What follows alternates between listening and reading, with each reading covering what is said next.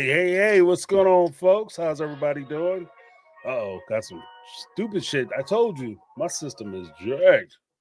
Hopefully everybody's doing well. If you can see me, you can hear me. Give me a one in the chat. I think I look a little funny. Like, whoa, those apparently I won, but I took some heavy casualties. The battle with battle with my system continues, yo. This is crazy. I thought I was good, but apparently I'm barely holding on. Let me see. Maybe that has something to do with it. I don't know. Mm, Daddy don't like. Let me see. Maybe if I can make some adjustments. Look like the goose who walks up in this piece. Hopefully everybody had a fantastic. Oh, my colors are good on my camera. Ain't helping. It looks a little better. Okay, we'll just have to roll with it, y'all. Shit. Welcome to the show, folks. Where since we do a live show, anything could happen, anything and everything could happen. So we got to keep that 100% on point because you never know what's actually going to go on. What's good, what's really good up in the hood. But we have a different type. Well, I guess it's not so much a different type of show, but there's some things that I really wanted to talk about with regard to. Oh, you can't hear me well. Let me turn this. Is that better? Did that adjust it? Okay, hopefully that fixed things. Like I said, I don't know what the hell's going on. Jody. Oh, you guys are having trouble with the audio? If you're having trouble with the audio, put in one, two. If you hear me good, just hit one. Just run a real quick poll. Okay, so folks say they hear me good. Okay, you can hear me. Cool. Man, when it's bad, it's bad. Hopefully everybody had a fantastic. Okay, I see I see a lot of ones. All right. If you're having trouble hearing me, it might be on your end, not point fingers, but looks like we're good. But hopefully everybody had a fantastic 4th of July, which is by far America's birthday. Happy birthday, America. Hopefully everybody was safe. As I said before, make sure that when you go out and do those kind of things, traffic safety takes no holiday, so you gotta make sure make sure that your good time ain't your last time, if you know what I'm saying. So hopefully everybody had an awesome day. I tell you, so I have some interesting stuff coming up, but we'll kind of get into this a little bit because I think it's an interesting conversation. Like the whole idea of monogamy versus polygamy. Based off of what I've seen on Sister Wives and how it's been presented to me, right? And even with some of the other shows and programs as they've come out, I have to do, as often I do with most things, I do what's called a self-critique. Like I'll establish like a position, and every now and again, no matter how strong I feel about that position or how much I think I'm right, I will go back and I will assess my position. I try to be honest, with the subject matter and honest with myself. Like for instance, I know I did a few videos on trad wives, right? That was a big thing like I done. And just talking about like the like encouraging folks. And I know it's like trad wives, but it's anybody who's going to be home and taking care of kids or primarily home in the caretaking position. You have to make sure that your time is protected. You have to make sure that you are protected financially because you are, fair or not, you are at a disadvantage. If you don't go to work You're not paying into Social Security. You're not paying into Medicare. You're not paying into things that you may need later down the line. Not everybody has a six-figure job where they're going to walk off they're going to retire from their job. And not only do they get a gold watch, but they get like a ton of stock options and a fat, juicy pension plan to go along with their position. Um, so you want to make sure that you have those things in line. Now, ultimately, you have to do what's right for you, and you have to do what's right for your family. So I'm very aware of that. And I don't think that this is really a one size shoe fits all situation. But we have to be knowledgeable about the risks. And I think part of that information gathering and me talking about it online, as well as getting your input, is a way for me to be honest about my positions and where I am, as well as to collect and gather new data, new perspectives, new ideas about that issue that maybe I haven't considered. Like I'm willing to say I haven't seen or looked at all angles of polygamy. I'm just looking at it from the perspective of where I am. So the question that I'm asking in this particular video or this live stream is monogamy versus polygamy.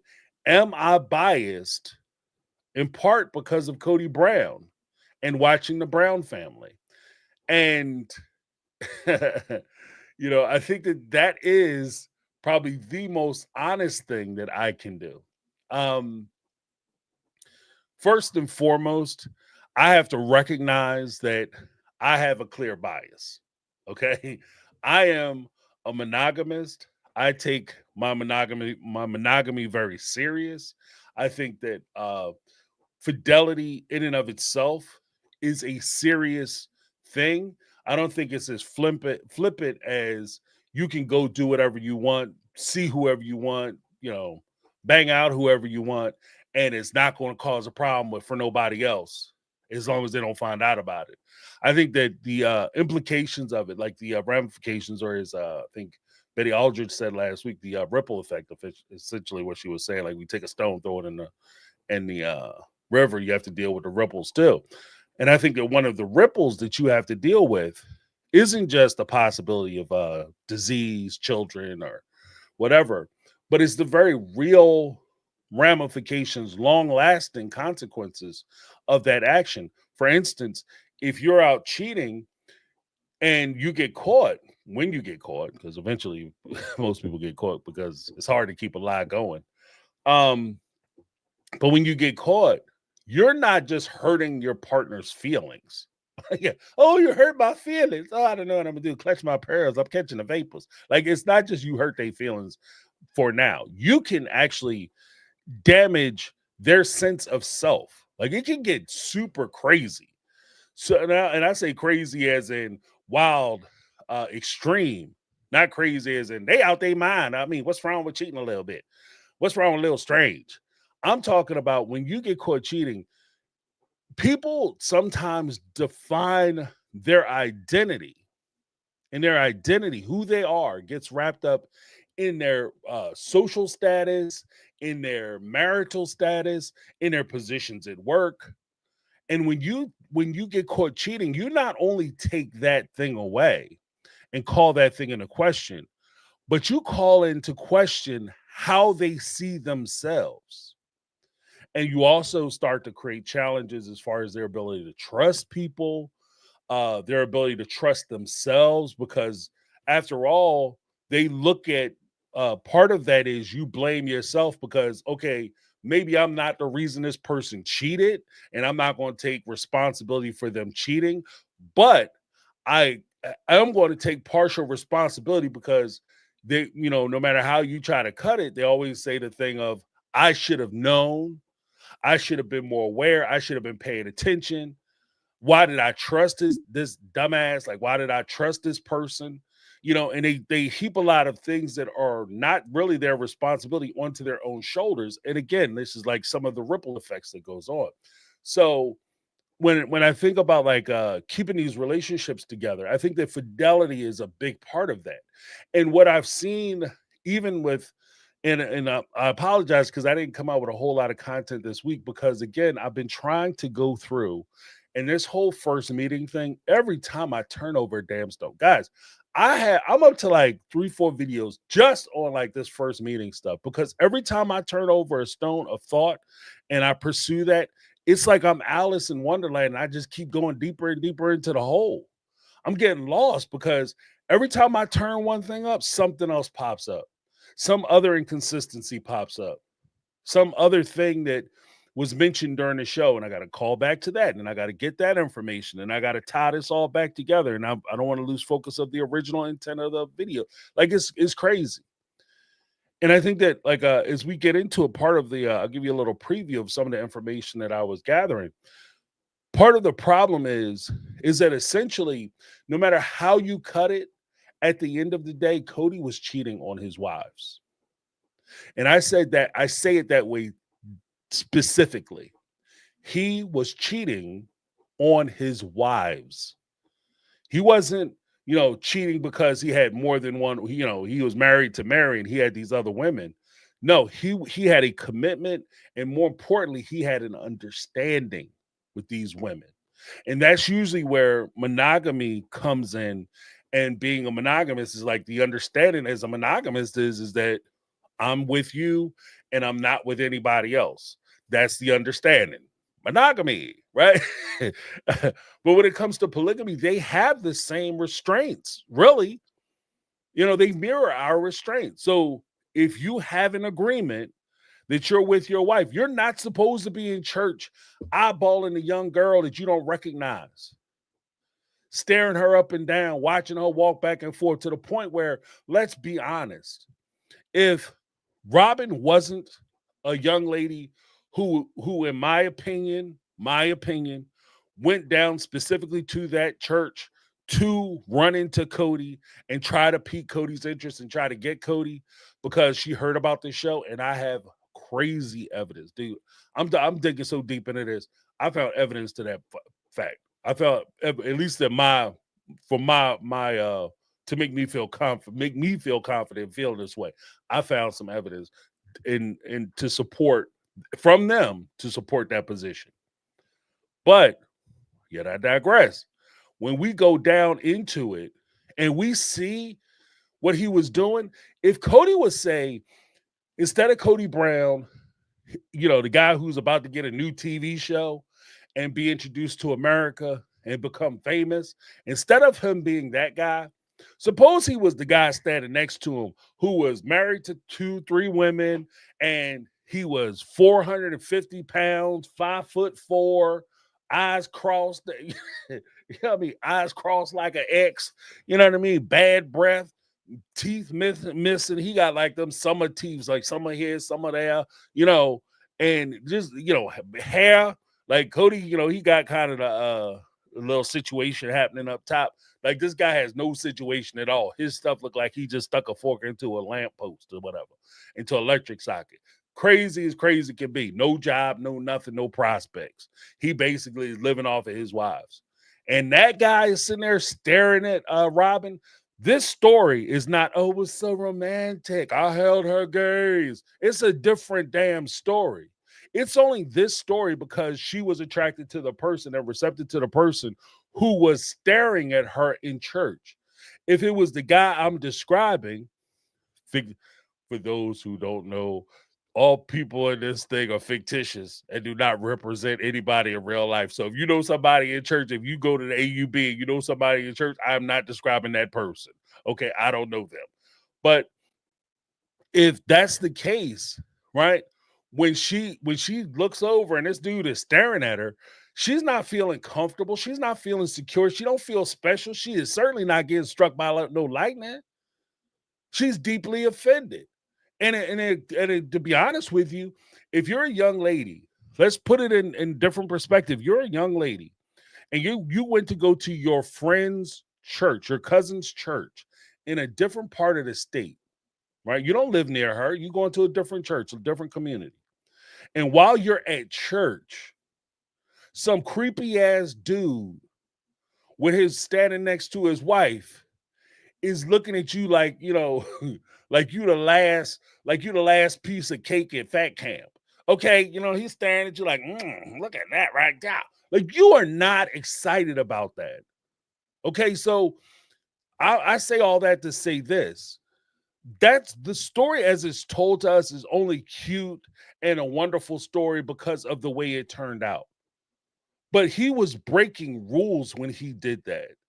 He was breaking rules. Okay, fine. Maybe he can, see a woman, be struck by that woman, and be curious about that woman. But the first thing he should have did, instead of him running behind his wife's back and trying to keep it secret until he knew for sure that this is what was going on, he should have taken his ass home and told all his wives about this woman that he prospectively could have met in church. Why? Because it's not just his business, it's their business.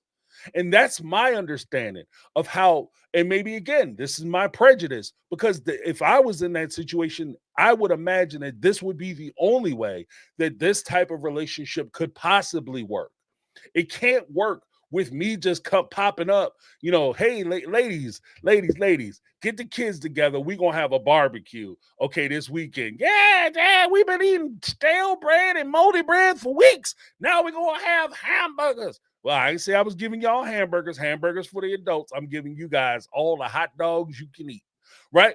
And they get all excited. And then the day of the barbecue, I come in there. This is what he did to Janelle. Like I said, I've been digging deep into this. Here's what he did to Janelle. He came in the day of, he made all these arrangements. After all this time has passed, all this back and forth with Robin, he made an arrangement to have a barbecue. The day of the barbecue, he went in and told Janelle, oh yeah, by the way, I got this woman coming over. I think I'm interested in courting her. And I've known her for a couple months now. Are you serious? That is fucking, pardon my French. That is cheating. Okay, you are cheating. Like that, to me, that's cheating zone. You're in a cheating zone. You are there. Okay. So when I'm looking at this, I have to, I want to be very careful about checking myself if I'm being unfair. Right? There's nothing wrong with me, looking at something, being critical of that thing, but I want to make sure that my criticism and my critique is fair and balanced. I don't want to just pop off because they're not living life the way I think that they should be living life. Everybody got to live life and conduct their relationships the way they do, and I'm fine with that. But my big two things before we get started, we're still talking about my particular bias. My two big things: one, I want to, you have to be an adult, right off the rip. The adults make these kind of life decisions, full stop. And I don't care what alternative it is or what kind of lifestyle you want to live. It has to be adults. Like you can't just be, I'm gonna live with 50 women and I'm gonna turn them into a harem and it's gonna be amazing. We all gonna sit around and worship lettuce. Like that is not something you do with a 12 or 13. That is ridiculous. Okay. You have to be an adult. Part of and tying into that and even including in that first principle, you have to have consent. And by consent, what I'm talking about is full knowledge and which means you have full information. You get both sides of it. You get the full good and the full bad of what this thing is and what this could mean for my life. And then from there, you make an informed decision. Okay. Consent, obviously of age, and consent. Most people say that, you have to be of age to to be able to give consent. I agree with that, but I want to be very clear. Okay. Because I know that some of these particular offshoots, maybe not as much the AUB, but some of these offshoots do have an issue with younger folks being involved. And I want to be very clear about that. I don't give a shit how great you say your relationship is. If they're too young, they're too damn young. Here's my particular thing. Why Sister Wives made me more critical, more skeptical of polygamy. First and foremost, Kody and the wives, the Brown family, they came out and said, we want to be the benchmark of what polygamy is. We want to be kind of the spokespeople. So my criticism and their influence on my observation of what polygamy is, isn't just me picking them out of a hat and choosing them. They chose themselves. And so I think that it's fair that I get to look at them as an example of what polygamy is, because this is what you guys are presenting yourself as. And not only are you presenting yourselves as polygamous, but you're presenting yourselves as the ideal or the model formation of this particular situation, which, you know, especially how things ended and how we watch things end and get to that point, it makes sense that, you know, I kind of come to the position that this might not be the best. Okay.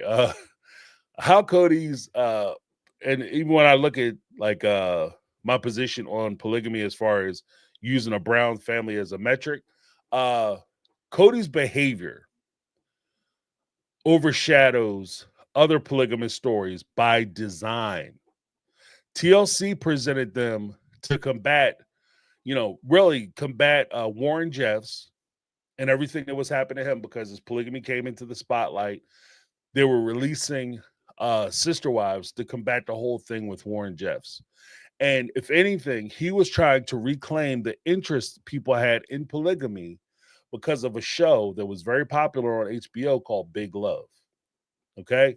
And so he was trying to recapture a lot of that audience, recapture a lot of that shine. So I think that that played a big part of it too.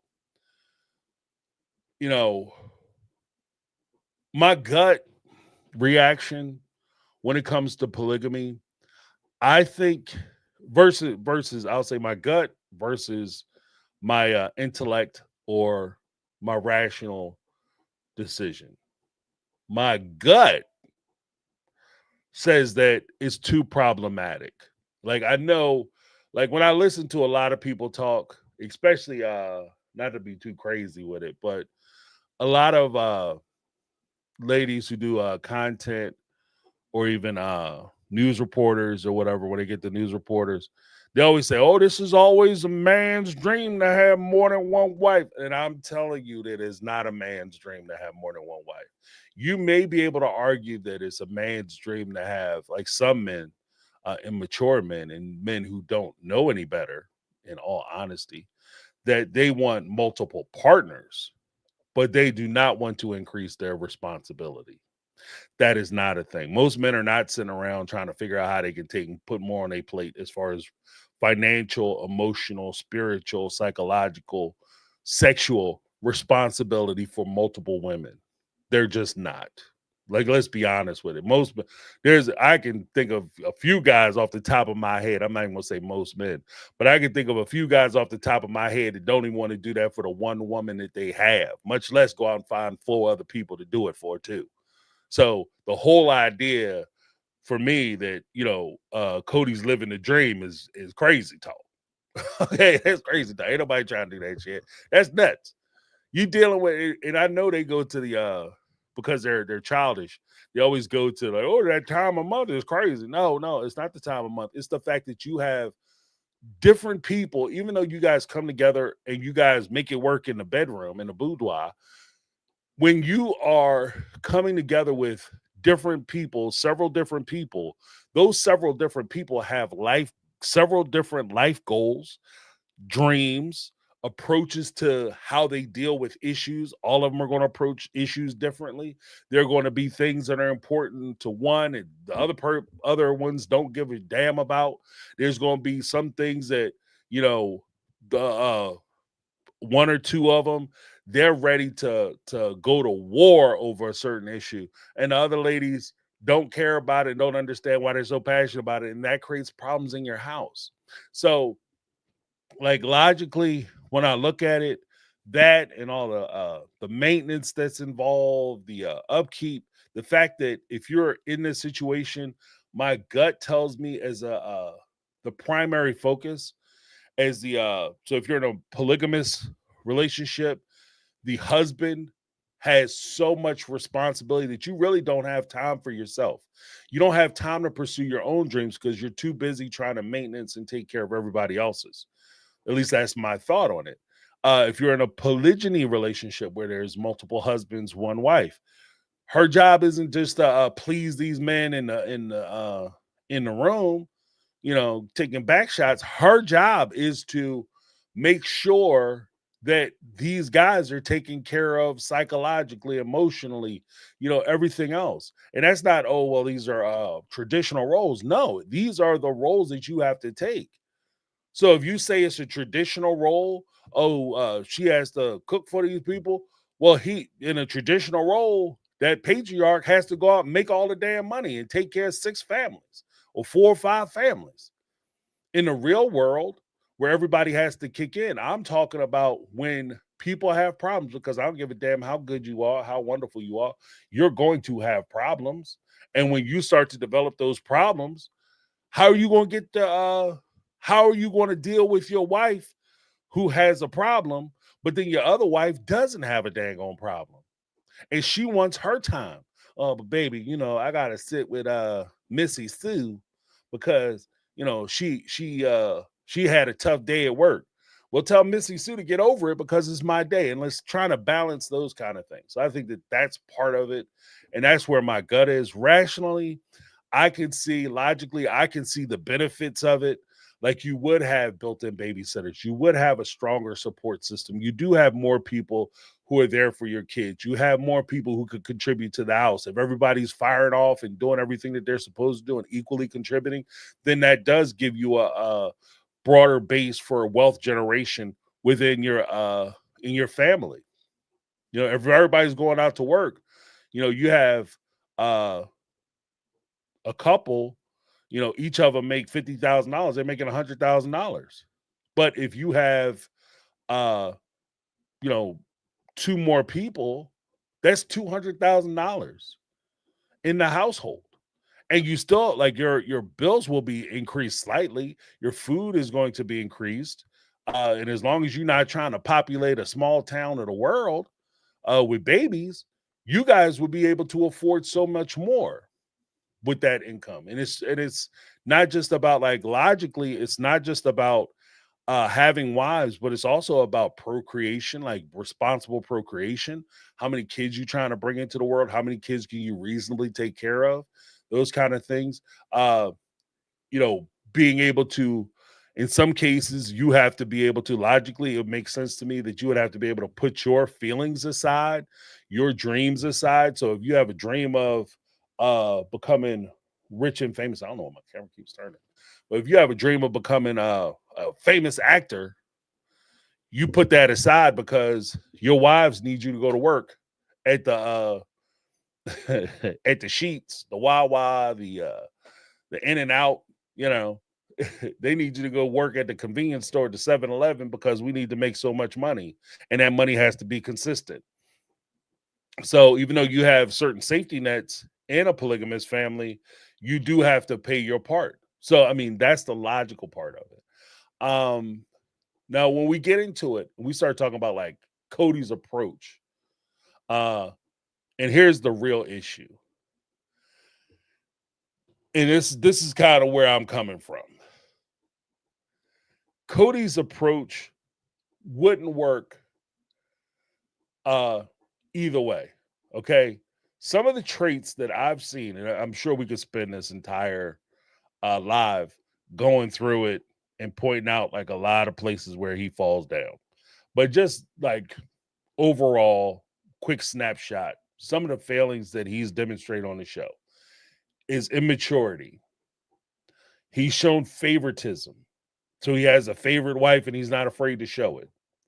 He's used tactics like manipulation to try to get what he wants, or force the women to do the things that he wants. Now, when these traits would wreck a polygamous family, as we've watched on the show, if we're going to be 100% honest, these same traits would also wreck a monogamous relationship or a monogamous marriage. If you have a wife and a child, and that child, I know we bring up Isabel a lot with her issue. I heard she got into an accident. Pray for Isabel. I heard she got into a bad car accident. I don't know how true that is, but keep her in your prayers. Put some hearts in the chats for you. The texts. I just saw this. Put some hearts in the chat for Isabel if that accident is true. But when she had to go for a back surgery, if you're a monogamist and you're sitting there and you talking to your significant other, and this joker talking about, oh, she can go by herself. You need to stay here because we got other kids that you got to take care of, and she can go by herself to get back surgery. That ain't gonna work either. Okay, I know we do like polygamy. That's why polygamy is terrible. That wouldn't fly in a monogamous relationship, you know? Like the financial chaos. Like he's sitting there with even in the first episode, we find out that they were struggling, severely struggling financially, even before Robin comes into the family. They're struggling hard, right? Trying to make ends meet. Then he brings Robin into the family. And that only adds to the financial struggle of the family, because now they are financially responsible not only for her, but for her children. That type of financial chaos wouldn't play in a monogamous relationship either. It wouldn't work. Like, there's no way I could be sitting there and I put my wife out and she's driving around in a car with a blow 'em up motor. You know what I mean? And baloney ass skid tires, and she just driving around town with my kids in the car. There's no way that would work. And I'm sitting here riding either on my motorcycle, because technically Kody had a motorcycle for a lot of years. So he had a motorcycle and he had a convertible car. Okay. And a convertible luxury car, 2-seater. There's no way I'm gonna be sitting up there with 15 kids and we struggling financially, and she's the only person that can drive them around. Or we sitting there with 4 or 5 kids, 3, 4 kids, 1 kid, because technically unless the child is riding with me in a convertible, we're not doing any family days in my car. That's not going to work in a monogamous relationship either. That would be a red flag in a monogamous relationship, but we're going to keep it all the way above. Then we could also talk about like the emotional neglect, not being there for your kids when they have these important things, whether it's, back surgery or whatever, but even talking about like the day to day, like just coming home and being with your children, being happy to see them, spending time with them.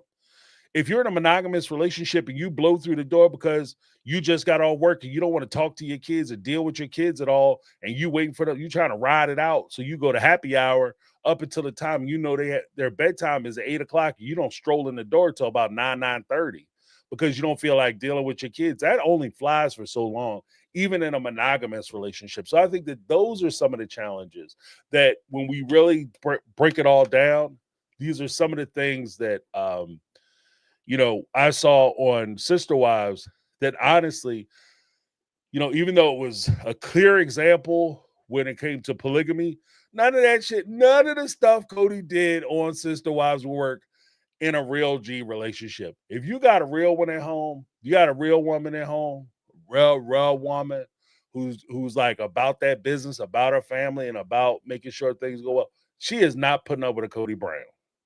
Full stop. Full stop. I don't know any women who would put up with a Cody Brown. Monogamous, and that's without the wife package, like coming in with additional wives and kids and a girlfriend and her kids and all that. I'm talking about just, the two of y'all trying to figure it out. That shit is not happening. That is not gonna work. And that's exactly what she gonna say to him. This is not gonna work. But baby, I just need all the family savings because I heard I got a real good deal for a Lexus convertible. New one is nice. It'll help me sell signs. We're in that one-horse town. You need a Lexus convertible so that you can drive up and down that one-horse town and try to sell signs. Are you crazy? You're not. It's not like you're in New York or Chicago or, Philly, Miami or somewhere, Los Angeles. Oh, I got to have a high fly, fancy ass car so that they know I'm serious and I'm successful. Nobody, I don't even know what you drove up in here. But you know why? Because that man is sitting in his store. When you go in there and try to sell him that sign, he's sitting in his store. And if he follows you out and he makes a decision as to whether he needs a sign, which should be his first question, and then on top of needing a sign, he says, I'm going to buy a sign. And the only thing that made him make the decision either way is what you drove up in, then that dude is not. I won't worry about selling him a sign because he ain't going to be in business long anyway. What are we doing? So, I mean, there's that. I think we also have to be honest about the monogamy myth. Are monogamous relationships inherently better? You know, if we're gonna be honest, it depends on the relationship, right? Because you have the same way Cody was, we could point to it, and in our opinion, we might be able to say that Cody has been mentally, physically, financially, um, as far as absenteeism, abusive to his ladies and his kids. That happens in monogamy too. And one of the funny things is that that's one of the carrying calls that the wives and Cody kind of pointed out liberally when it came to a lot of this. Oh, this happens in monogamous relationships too, and nobody ever complains about it. Yes, we do. That's the dumb part about it. When they made that complaint, they used to make that complaint all the time. That was the dumb part about it. We do make those complaints. If you got an ain't shit daddy, baby daddy, got pump and dumper, like he come in and he push a kid in somebody and he hit the road, and you don't see him again until that boy, signing, about to sign that NBA contract, or he going to the NFL, then all of a sudden this jackass pop up. Or he got scouts looking at him while he's in NCAA playing for the NCAA, and then all of a sudden he, here he come talking about, that's my boy down there, that's my boy, yeah. Yeah, you have that in monogamous relationships, and we don't like those people either. Those ladies who sit around and wait for their daughters to start doing something big. All of a sudden they open up a business. Now they got all the damn time in the world to come down, want to spend some girl time. Go, let's go get our nails did. Let's go get our hair did. Who's paying for it? You paying for it? No, I mean, you got all that money now. You signed that big check. I know you got that contract. We don't like those people either. So for them to try to use that as an example as to why, we should be more forgiving and more open to polygamy, because there are people who do monogamous relationships and they mess up too, is not a reason. Okay. It's really not a reason. So are monogamous relationships inherently better? I don't know if I would go as far as to say inherently better. I most certainly think that they're easier. I think that they're way easier, and that's not just me. Oh, you're just lazy. You just don't want to do it because you're lazy. No, it's just me because I don't want to. I don't want to hurt a bunch of people that I'm supposed to care about. Like that. That's not a sport thing, and I'm not willing to take that risk or that chance to go out and hurt a bunch of people because I know I'm funny with my time. I like my time. Like, as much as I like to be around people, I like to be around my kids, I like to be around my lady. I know that for me and for my mental health, I have to be able to have time where I can step away and I can be with me. I like me and I like hanging out with me. Hey, man, let's hang out. I haven't talked to you in a while. Come on, let's hang out, buddy. Right? I like hanging out with me. So I don't need to be kept busy. I'm not that person. And these are just things that I know I need. That's why I say it might be an inherent bias. So if I had 4 wives or I had 2, 3 girlfriends that I'm trying to deal with, I'm constantly trying to maintenance those relationships and take care of those people, especially in light of the fact that in order for those relationships to continue to work, I have to make sure that they're okay, that they're secure, that they're not feel like they're falling through the cracks. Oh, I'm doing it because how many times have we heard Cody say, "I'm doing everything I can. I go spend all the time with him as I can." And I try to be fair and even. And maybe in his perspective, he genuinely thinks he's being fair. But the reality of it is that when you look at it and you really break down the time, dude, you over Robin's house all the time. But I spend time at Christine. Yeah, but the whole time you're at Christine's house, you wishing you was over at Robin's house, which kind of makes it suck when you were there with Christine.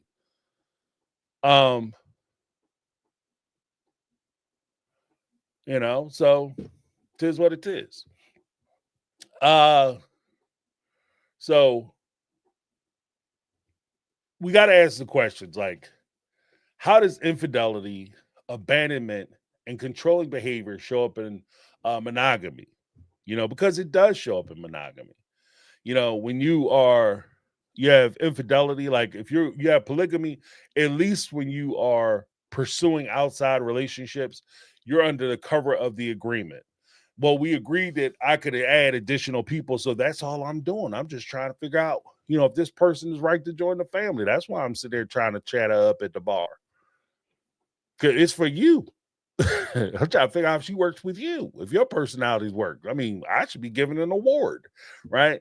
But when you're a monogamous, there's still infidelity. Like I said, there's still abandonment, controlling behavior. There are certain uh, people who, because of their own insecurities, try to control their partners, manage their partners' behaviors, things that they think, who they hang around with, because they're afraid of negative influences, or really they're afraid that they'll be introduced to somebody who might challenge their positions. So I mean, I think that's part of it too. Um, and I think that keeping all that in mind, when we really consider it, Kody's traits, like those negative traits that he has, whether it's the issue of fidelity, abandonment, controlling behavior, all these traits are mirrored in classic monogamous disasters. Okay. like I said, you can find everything that he did wrong on the show, you can find in monogamous relationships. It's not, inherent to or isolated to just polygamy. So I think that we have to be fair about that. What does healthy look like?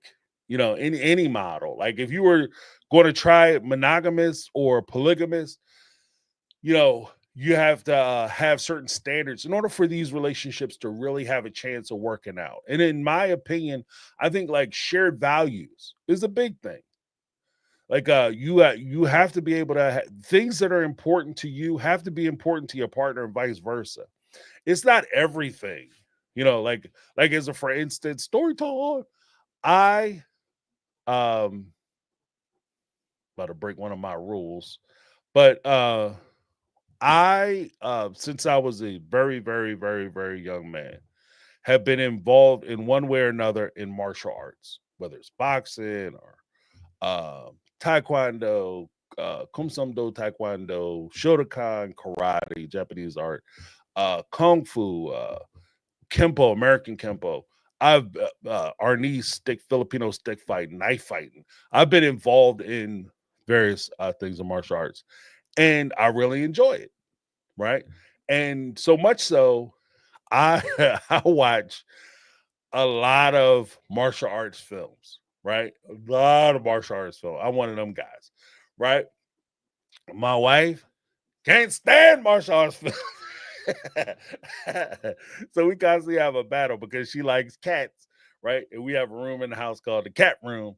And we constantly battle because she calls it the cat room and I call it the kung fu room. But like, that's why I sit watch my kung fu movies. What are you talking about? She's like, there's cats everywhere because she has these like I buy her these, like she likes cats so much. I buy her these like little collectible cat things or whatever.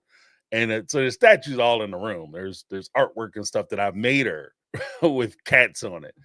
And oh yeah, I'm an artist too. But there's things that I've done, woodworking artist. I've done like pictures and things with cats and all kinds of stuff. And that's all in that room. And she called it the cat room. And I'm like, no, this is the kung fu room. We battle. But she's a cat person, I'm a dog person. So I'm not saying, when I say shared values, I can get past those things. I think that our differences in that respect complement each other. But when it comes to like the importance of family, making sure that your kids are okay, putting your kids first, I couldn't ask for a better partner when it comes to that, because she feels like I do. Like I will go without for my children. I'm not the guy who's going to sit there and try to put my ass in a brand new car every year so that I look good, and my kids out here walking around looking like hobos. Like that's not, and she does the same thing. So we have that shared value. Like that's important to us. As far as we feel about fidelity and things of those big issues, we have shared values when it comes to that. The idea of consent, right? Uh, I'm big on consent. So my wife can come to me and ask me anything, right? She can come to me and ask me anything. Like aware of who my wife is and what she's about, what her limitations are. But she could come to me and ask me anything. And we would sit down and I would hear her out. Obviously, I have my opinion. She'd say, James, I think we should open our relationship up and I should get another boyfriend. I'll listen to you. We can talk about it. I'm not gonna flip out. We can talk about it. We had a full conversation. Thank you for your for coming in and getting my opinion. Yo, we're not doing that shit. But it just and at that point, my whole thing is I want to have the type of relationship where we seek each other's consent for things, especially things that will affect us. And from that point, I can set my boundary and I can let my boundary be known. If you come in here with some dude, then I'm out of here. Like that's just how I'm rolling. And she's the same way. I say, baby, I think I watch Sister Wives and I think I want to try a little experiment. Then, she say, okay, well, you can experiment your ass to the room, grab that suitcase. You can experiment them shoes on that sidewalk, and that's just how it is. But like consent is a big thing. Like the ability to be knowledgeable about a thing, have an open, honest discussion about it, share ideas, good, bad, or indifferent, and then come up to an agreement. And the next thing that I think is huge is honesty. And when I say honesty, I want to be very clear. I've said this before on the channel, but I think it's a point that's really worth repeating. There is a substantive difference between being honest and being transparent. People think that if you are honest, that's good enough. In my relationship, I enjoy transparency. What's the difference, James? What's the dang on difference, James? Just go ahead and tell us. The difference is simply this, in my opinion. Honesty is if I ask you a question, you will give me a truthful answer. That's honesty. Where were you last night? Oh, I went out with my friends. We went down to the Shaky Butt. Spent $50 tipping dancers and strangers. Basically gave $50 away to people who were disrobed, unclothed, and brought my ass home. That was an honest answer. Transparency. Yeah, babe. I'm gonna go out tonight. I'm gonna go down with Tim, Luke, Frank, John. John has a little wild hair up his buddy. He want to go to the strip club. We're gonna go down there and give away some money. And I should be back about this time. All right. No fuss, no muss. Now, there's a couple things that come with that. One, with transparency, it gives my partner an opportunity to give me consent, or whether it's tacit consent or express consent. I'm not looking for permission, but they understand what's going on. She understands what's going on. She understands what's happening, and she has an opportunity to voice her opinion on it, right? Because I'm being transparent. Honesty can be not only, I'm going to tell you about what I did, but it's basically, I'm going to do what I want to do. And then I'll ask for forgiveness later. I'm not going to ask for permission. I'll just ask for forgiveness. That's honest, right? I'd rather live in transparency. And when you do that, what I find, just as a little side note, what I find is that by being transparent, then I'm able to defeat a lot of trust issues that potentially could pop up later on, because I'm not keeping anything from you. If I don't tell you something, it's because it slipped my mind, or if I tell you it just came up, then it just came up. Because I'm good, that if I'm going out and I plan on doing something, I have zero problems telling you what I'm doing, because I'm not doing anything wrong. The only time I feel like you gotta kind of hide shit back and you're not really giving the full truth or being transparent is when you kind of know that you might be doing something. You might be hitting a gray area. And so you don't want to have too much of the conversation about it. Like, for instance, could Kody date Robin?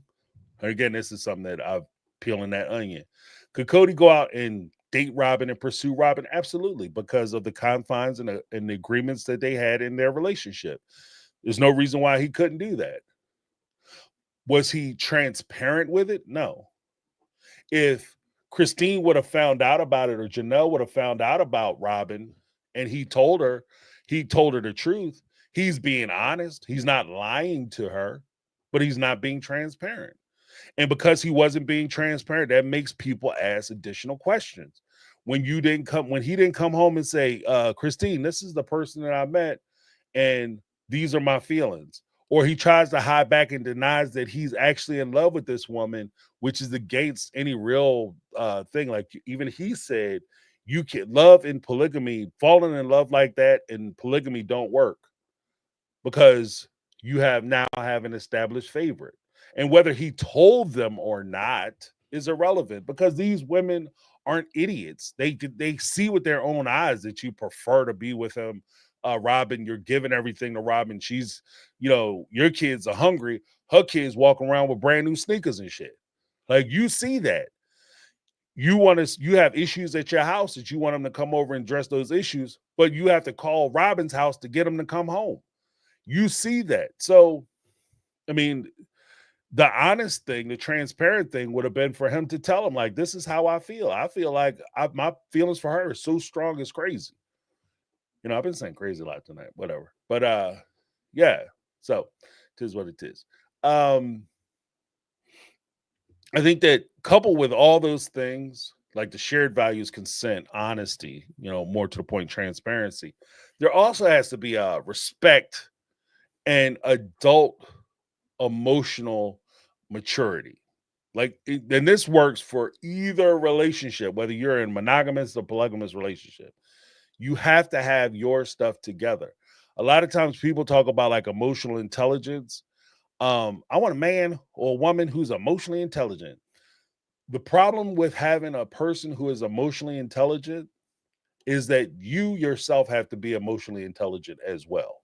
You can't just expect them to be emotionally intelligent and deal with your foolishness. You got to put yourself together too. You got to come up to their level, So I think that both parties or all parties involved have to have that emotional intelligence and maturity so that they can accept challenges. They do have the maturity to be able to be presented with alternative ideas or differing ideas or diverse ideas and to be able to regulate their emotions so that they can address these issues, topics, or things that come up with logic and an intellect as opposed to just flipping off the handle because it's not what you want. And we see a lot of that not only from Kody's part, but realistically, because of their upbringing or whatever, the influence they had as far as their religion. You see it partially with the OG3 as well. Could Kody have succeeded in polygamy? I think that's a big thing. If he was, or if he had like all these traits, if he had all these things going for him, would he have been successful? I think that he would have been more successful. I do think that, I think that he at least would have had a fighting chance. Okay. Not saying it was going to definitely work 100%. Yeah, for sure. You could definitely do polygamy. All you got to do is just be mature, you're honest, I'm saying that you actually have a fighting chance. If you have transparency, you have compassion, you're emotionally mature, like you're thinking like an adult, you take responsibility, which is another big thing that you never really see him do. Everything is somebody else's fault. And that just doesn't work. Even in a monogamous relationship, that shit doesn't work when you refuse to take accountability, especially if you're going to sit there and lecture me about my culpability and me not being accountable things while you're not taking accountability for the things that you do and the things in which you are culpable for. You're not taking responsibility for any of that shit, but you're going to lecture me about it. Yeah, this is not going to go good. This conversation is not going to go the way you think, Playboy. Like, this is going to be a bad conversation for everybody involved. It will be cussing, okay? Because there's no way in the world you're going to do that to me. So I think that would he have survived polygamy? Would the family still be together? I think that there's some things that would have definitely had to have changed. And when I say, and there's a difference, like we also have to be very clear, especially in a Brown family, we have to be very clear. There is a substantive difference between them staying together and them thriving with one another. I think for a lot of years that they made it work, that they stayed together. They did what was necessary for their family to live under one roof, be able to call each other brother and sister. But as I'm watching it and I'm listening to a lot of the things that they talk about now, especially after the ladies have left, their needs weren't being met. So would they have been able to stay together had Robin? Like that's always a question that us creators always ask. Would the family have been able to stay together if Robin wouldn't have came into the family? Possibly, but that doesn't necessarily mean that they would have been happy either. So I think that we have to balance that out as well. Uh the coin flip to that whole premise of would he have been a better polygamist had he not been on the show or had he had better traits? The other side of that is would he have been a terrible monogamist if he was who he was on the show? Absolutely. I think that part of the struggle, realistically, part of the struggle that he's having with Robin now, the difficulty that they would have, is because he's learning how to learning how to be a monogamist. You know, even with some of the things Christine says, like just on the surface, the way she talks about David Woolley, I hear some struggle in making a transition from polygamous to monogamous because you were once in a situation where you had a man who didn't pay attention to you at all to now you have a man that's trying to meet you where you are and give you everything you want. And that's not necessarily good either. Right. There has to be a balance. Like you don't want to raise your kids to never, you know, you can't eat anything sweet. So you never eat cakes, cookies, candy. Um you can't have fruit because of the fructose. There's too much sugar. So we're gonna sit here and eat broccoli. Like and at the same time, you don't want somebody who's just going to stuff your kid with cookies, cakes, candy, and all the sweet treats that they can possibly eat until they throw up. Like neither one of those are healthy. So you have to have a balance. And I think that that's what I would like to see with Christine, more of a balance. And I don't know. Like I don't know how their relationship works. I'm gonna be honest with you. So I don't know. They might have struck a balance, but some of the clips I've seen where she said some things like he does what I tell him to do, or you know, uh I get what I want and that kind of thing. Like the Princess Bride stuff. Like yes, you get a little bit of a deference because you are you're coming from a monogamous relationship and you were in a relationship where a man wasn't serving you and suiting your needs, meeting your needs, but at the same time, you can put yourself in a bad situation where you could lose a man because he is trying to do all these things and it just seems like it's never ending. Like so there's a like I said, it's a balance. Um I think the one thing oh, there, look at a super chat. Let me check the super chat. From Jody Pierscala, 499 super chat. Can you explain patriarchy? Not sure how to spell it. It was brought up a few times. When we talk about patriarchy, um,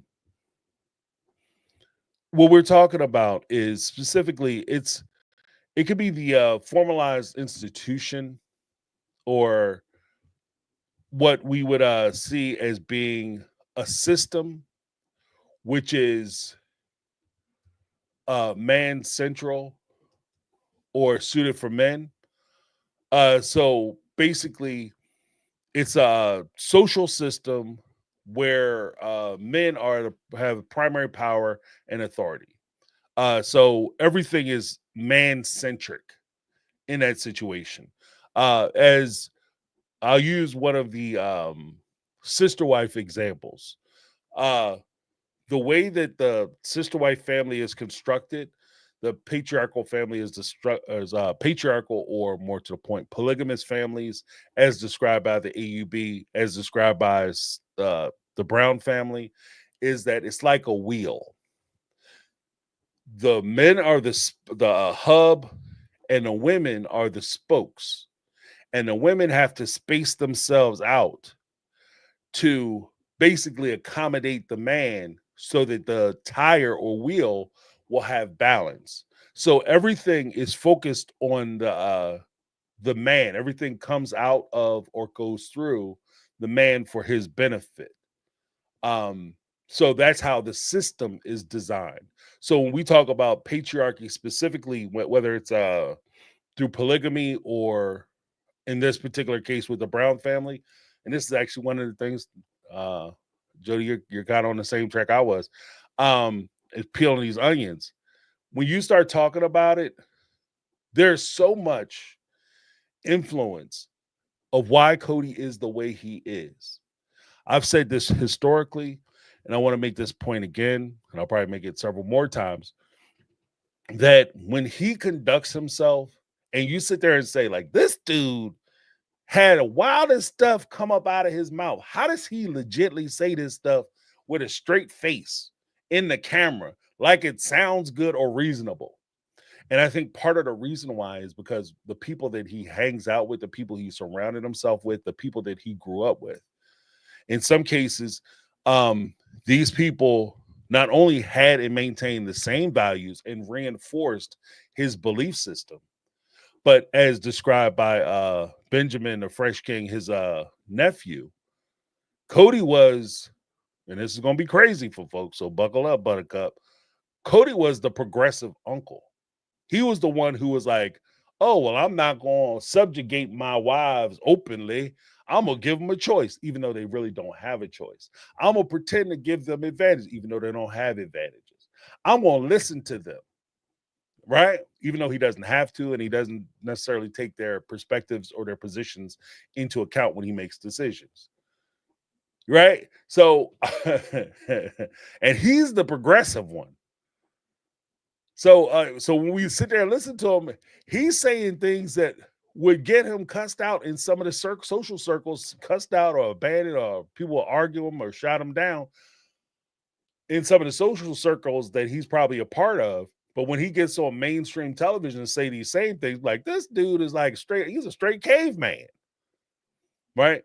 And when you look at like the patriarchal system, he has support because he not only has support of the very institution of marriage that he is engaged in with these ladies, he has support from his church. He has support from the surrounding community. He has support from his, when I say church, he gets his support from their doctrines, his community and everything else, his family members, his friends.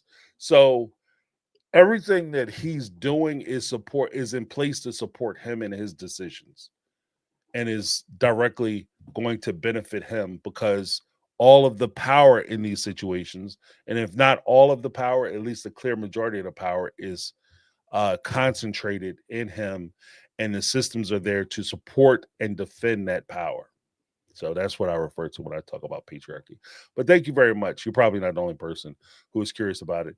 And even if you have understanding of it, it's always good to ask the question so that you can understand where I'm coming from, where I use it, what I mean. So thank you very much, Jody. Appreciate you.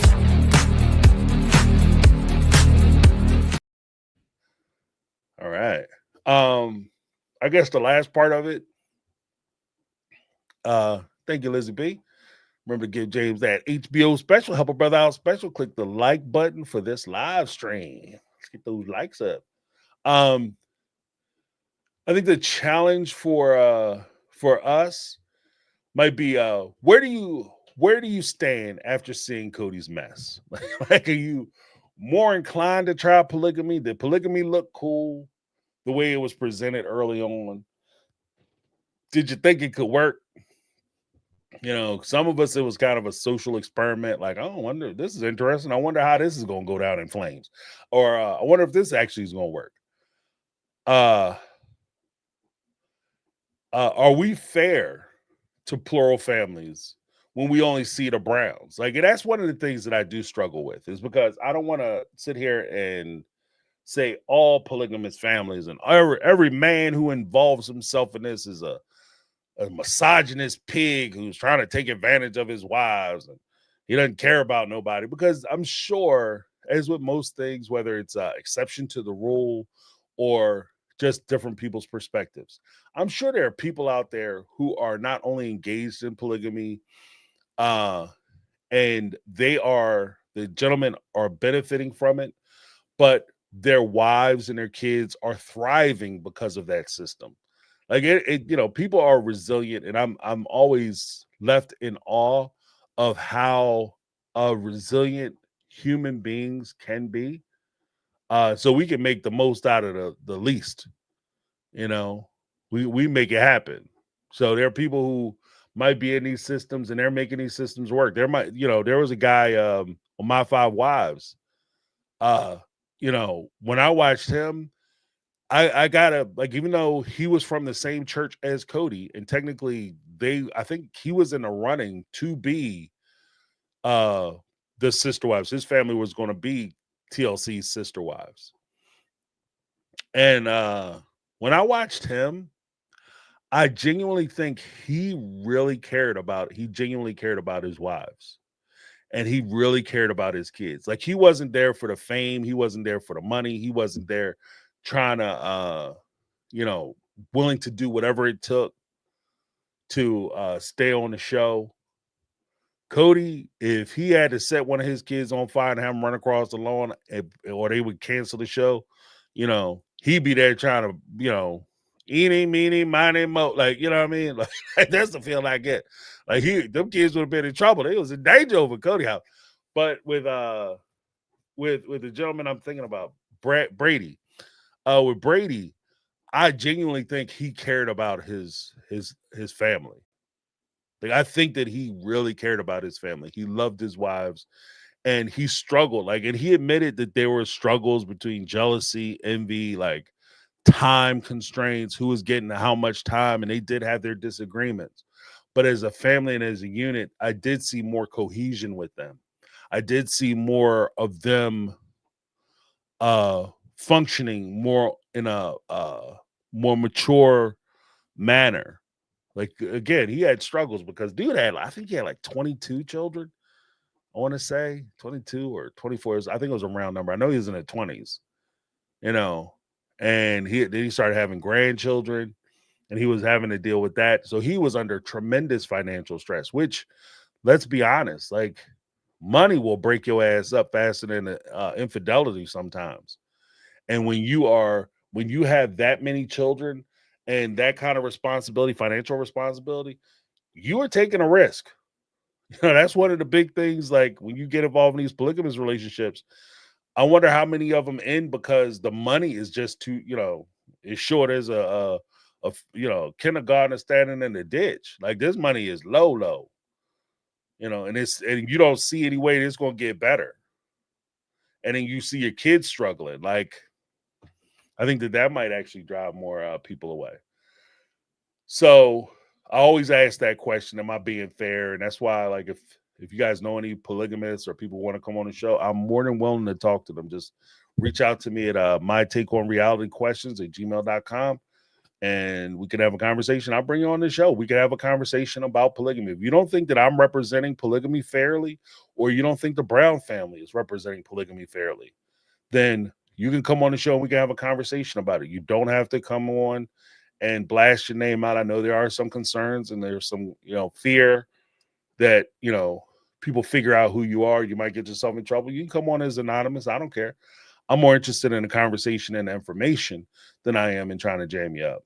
But again, like, I just want to make sure that we're being fair. Thank you, Lizzie Big. Appreciate you.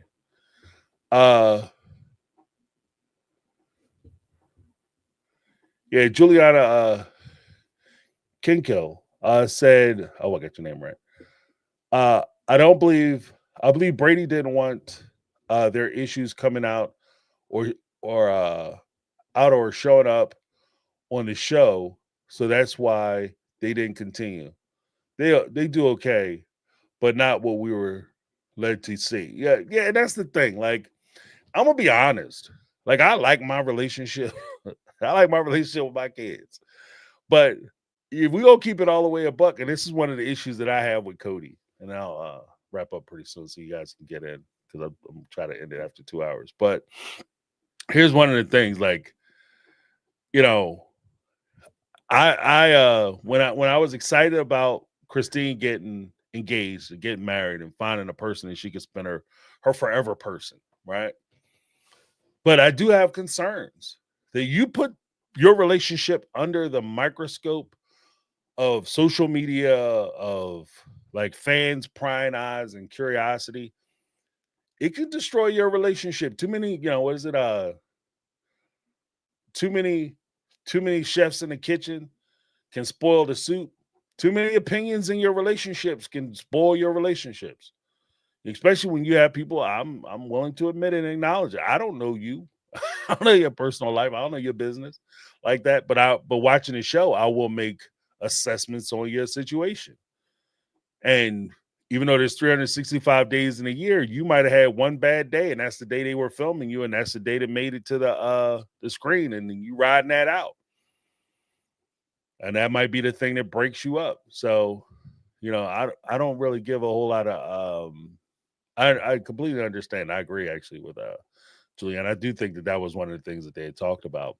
But I don't blame them. Like if you're looking at your family, and again, that's one of the things that I'm saying. Like if that was a thing where he was looking at his family and he was saying, I don't want to risk my family, so I'd rather pull him off this show and we just try to figure the money out. I think that act in and of itself, if that's what happened, is more mature and shows more commitment to his family than what we saw out of the Brown family. Because again, they just kept going. They took less money because they were determined to keep doing it, and that's more maturity on Kody. Like, so the value was there for Brady. He wasn't willing to risk his family.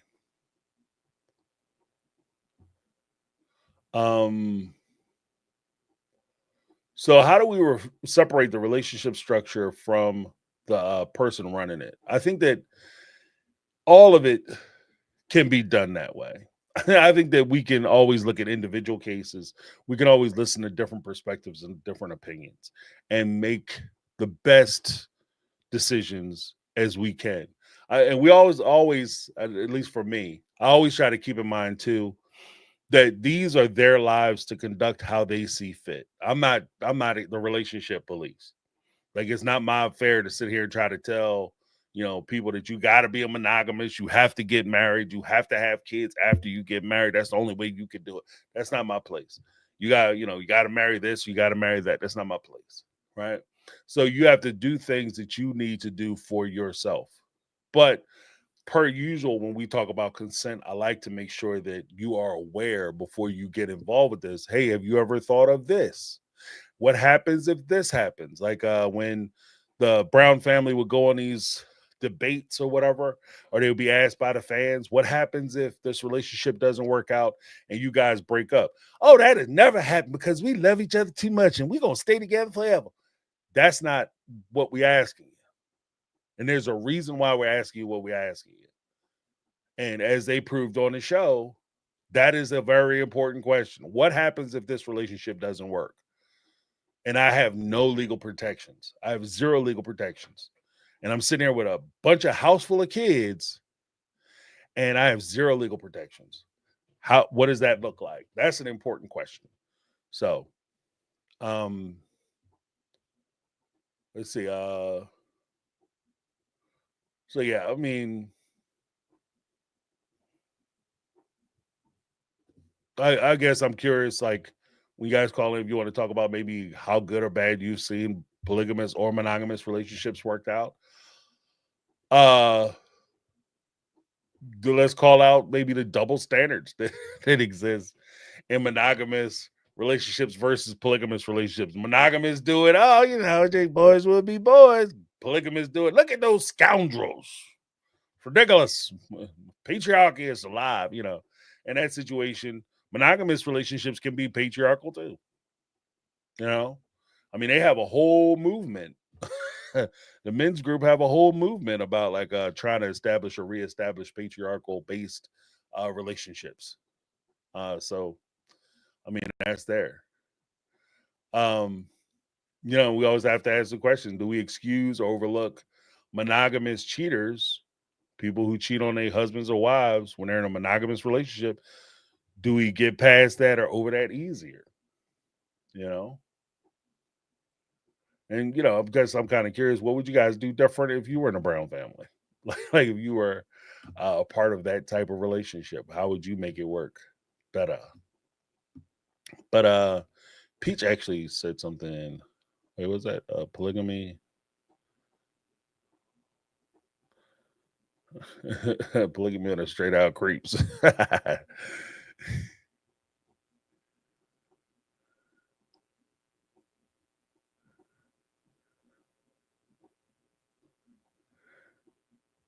um, hold on one second.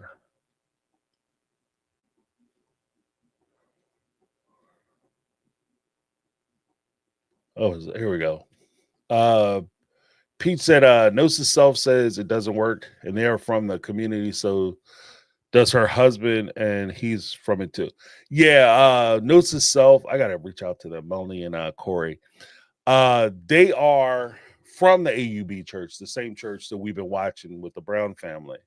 In fact, Melanie, her dad is the current prophet, so he's the leader of that church, and he has multiple wives.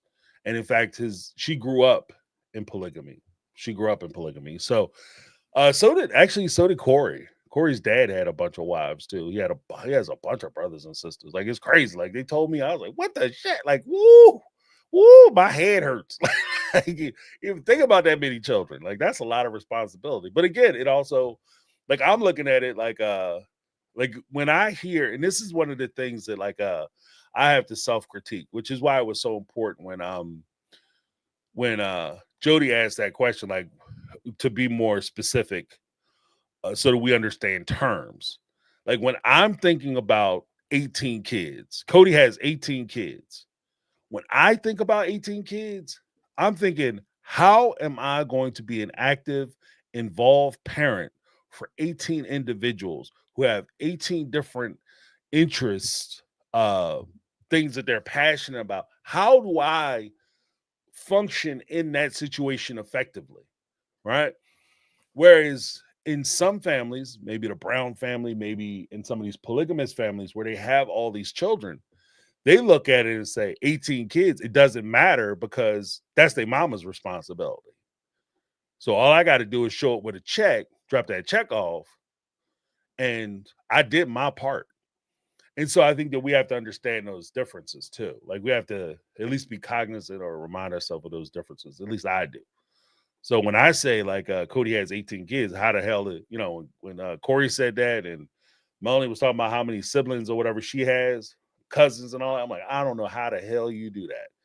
I would lose my damn mind. 18 kids, because I'm thinking about all the responsibility that comes with that. That's not a free ride. That's 18 human beings that you're responsible for. And then trying to be there for them. And when they go through issues, you trying to help figure it out, work it out with them and all that. Exhausted. That's what I'm talking about. And that's along the same lines as when people make the assessment that, oh, men would love to have 4 different women. I see it the same way. Like if I'm involved and I want to be an involved present partner, I can't be an involved present partner and keep splitting my time up between like 4 or 5 different people. I can't be a present partner. I could show up and do what I do and then, leave them to figure out their own problems or issues, but I'm not included. And I want to be included. I want to, like, my whole thing was when you are in a relationship, whether it's a marriage or romantic or whatever, there's the concept that you're sharing your life with that person, not just your time or bodily fluid. You're sharing your life with that person. And how do you effectively do that if it turns into a group sport and you're not really worried about, uh, as much worried about sharing those experiences as you are collecting? Like you're collecting wives and you're collecting kids. Like I don't want to be a collector, so it just doesn't really appeal to me. So I'm gonna go ahead and I gotta find my chatty chat. Here we go. Want to put in the what the hell? Oh, here we go. Here's the link. All right. I don't have to be a little tight on the time just because I ran so long. But here's the link. You guys get 2 minutes in the sun. So anytime you're ready, you can start calling in. We get it done. Let me see. And please be respectful of the host, mods, callers, and subscribers. No hate speech. Repeat, offenders will be timed out and or removed. Thank you. Yes. Yep. Because that's the purpose of the whole purpose of this is not to try to beat each other down or make each other feel better or feel bad. And even with even with the premise of tonight's show, giving a self-critique, it's being open to it's fine to have a position or a belief, right? But you always want to ask yourself the validity of your positions. You always want to ask those questions because no matter what position I have, there is a possibility that maybe I misread something or I misheard something or I have something wrong or I haven't calculated additional information. So when we're having these conversations, let's give each other some grace and allow people to have their opinions. There's some people, like as an example, there's people who love Christine and there's people who can't stand Mary. There's people who love Janelle, and they flip it around. There's people who love Mary, can't stand Christine and Janelle. Like, you're allowed to like who you like. And it's not really up to me to try to tell you or browbeat you into liking who I like. It's not a team sport. Like, everybody's position is relevant and valid. I think that especially when it comes to like these personalities and you look at who they are, there's certain things that I like about Mary. There's certain things I like about Janelle. Certain things I like about Christine. There's certain things. I don't know if there's a whole lot of stuff I like about Robin and Cody, but let's just say maybe there probably was a time where I said, "Oh, that's really cool. That's cute, baby." But with the OG3, for sure, there's certain things I like. There's definitely some things I don't like about each of them, and I see the weaknesses in some of their positions, and I see that if certain things happen on the show, that it could create problems for them, like down the line, and it will be sources of criticism. So, but that's just being honest. Like, just be honest with everybody. Be honest with yourself. But coming to the stage, we have our first caller, Betty. What's going on? Hey, sweetie, what's up? I got my Be Cool on because it's hot down here in Mississippi. Ooh, Okay. Are but you I still hope down doing everybody's your safe son? tonight. Hi. I say you're still down doing your son this week. My daughter. Yeah, I'm doing Okay. my daughter and my son. They both live here. I'm dog sitting. Yeah. Yeah, no, yes. You can see she's got Frenchies and Yorkies and all kinds of dogs, and a cat. But oh well, Oh, it's my life. I'll be quick because I know I mean I'll talk forever. The thing being monogamy mhm. versus polygamy would be. I would also say it's not. It doesn't work in any culture, and that what made me think of it was my brother-in-law Mhm. is from Jordan, and um, I mean my sister used to hate it. God rest her soul. Because he would tease her, I can get a second wife. I can get a second wife. But Mhm. we had a real conversation about it one time, and he told me he had three moms, Wow. and that was over in Jordan. They didn't call it polygamy. They, even because it was Muslim. And I Right. mean, this is 40 years ago that he had these because he said, he's my age. And he said the thing with that is each wife had to have the same financially.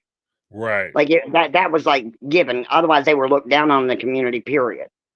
So they all had to have the same type of house. They all had the same that. He said, but when it came to the heart and the time, no matter how he tried, because he has like 15, 16 brothers, sisters. That time could never be spent, and no matter what he did, he still had that favorite wife. Right. Even in that, even when you're held to such a high standard that it doesn't work because you're going to have that favorite wife. Right. And then Right. he said the children by the other wives that were not the favorites, they knew it, they felt it. even if like not monetary, but just in the time, the attention. Mhm. And like, he could split all the money equally. He could do all that education, but the kids still felt left out because they did not get the time, the attention. Right. So it just doesn't work Yeah. in No, I get you. any cultural. Like Well, because across the board, it's just not going to work. I think the challenge is like what you were saying is that when push them down the shove, no matter how you try to approach it logically or how logical you try to be about it, at the end of the day, the heart wants what the heart wants. And Yeah, there's nothing you can really control about that. You know what I mean? You fell in love with your husband and you loved your husband because he was, he's the guy. But the same thing that he was doing, if some other guy was doing it, you were like, yeah, keep it moving. Yeah. yeah. You know what I mean? My husband would be like, no. I mean, my husband used to give me a hard time all the time. He's like, I'm gonna be like, damn, I'm gonna go find me another wife. I'm like, girl, as long as you take all them kids with you and you pay for them all, knock yourself out. I tell him now. I said, now I'm older, and I'm like, I sure do wish you'd go find another wife and have them do the laundry and send me some gambling money. Shit, Right, you can right. have them all you want. Now I Like, done let reached me the know. I'll opposite drive end. you. I'll drive you over I sure there. will. Same as a strip club, girl. To get you out of my hair, I'll give you some quarters. You ain't getting no dollars. I'll give you a roll of quarters. You can throw quarters at them. That's Hell, I right. might put him on the stage, call it Wheels and Heels. Be like, throw some quarters that way. Patow. He'll come home with jingling. Well, now I've done got older. I'm like, shit, go get one, please. Right, Tell right. them they take the upstairs, I take downstairs. They can do all the laundry. They can make up beds. Knock yourself out. If they Right, think they're getting a catch, here's some tuna. Put it on there. Catch it away. right. But go fishing.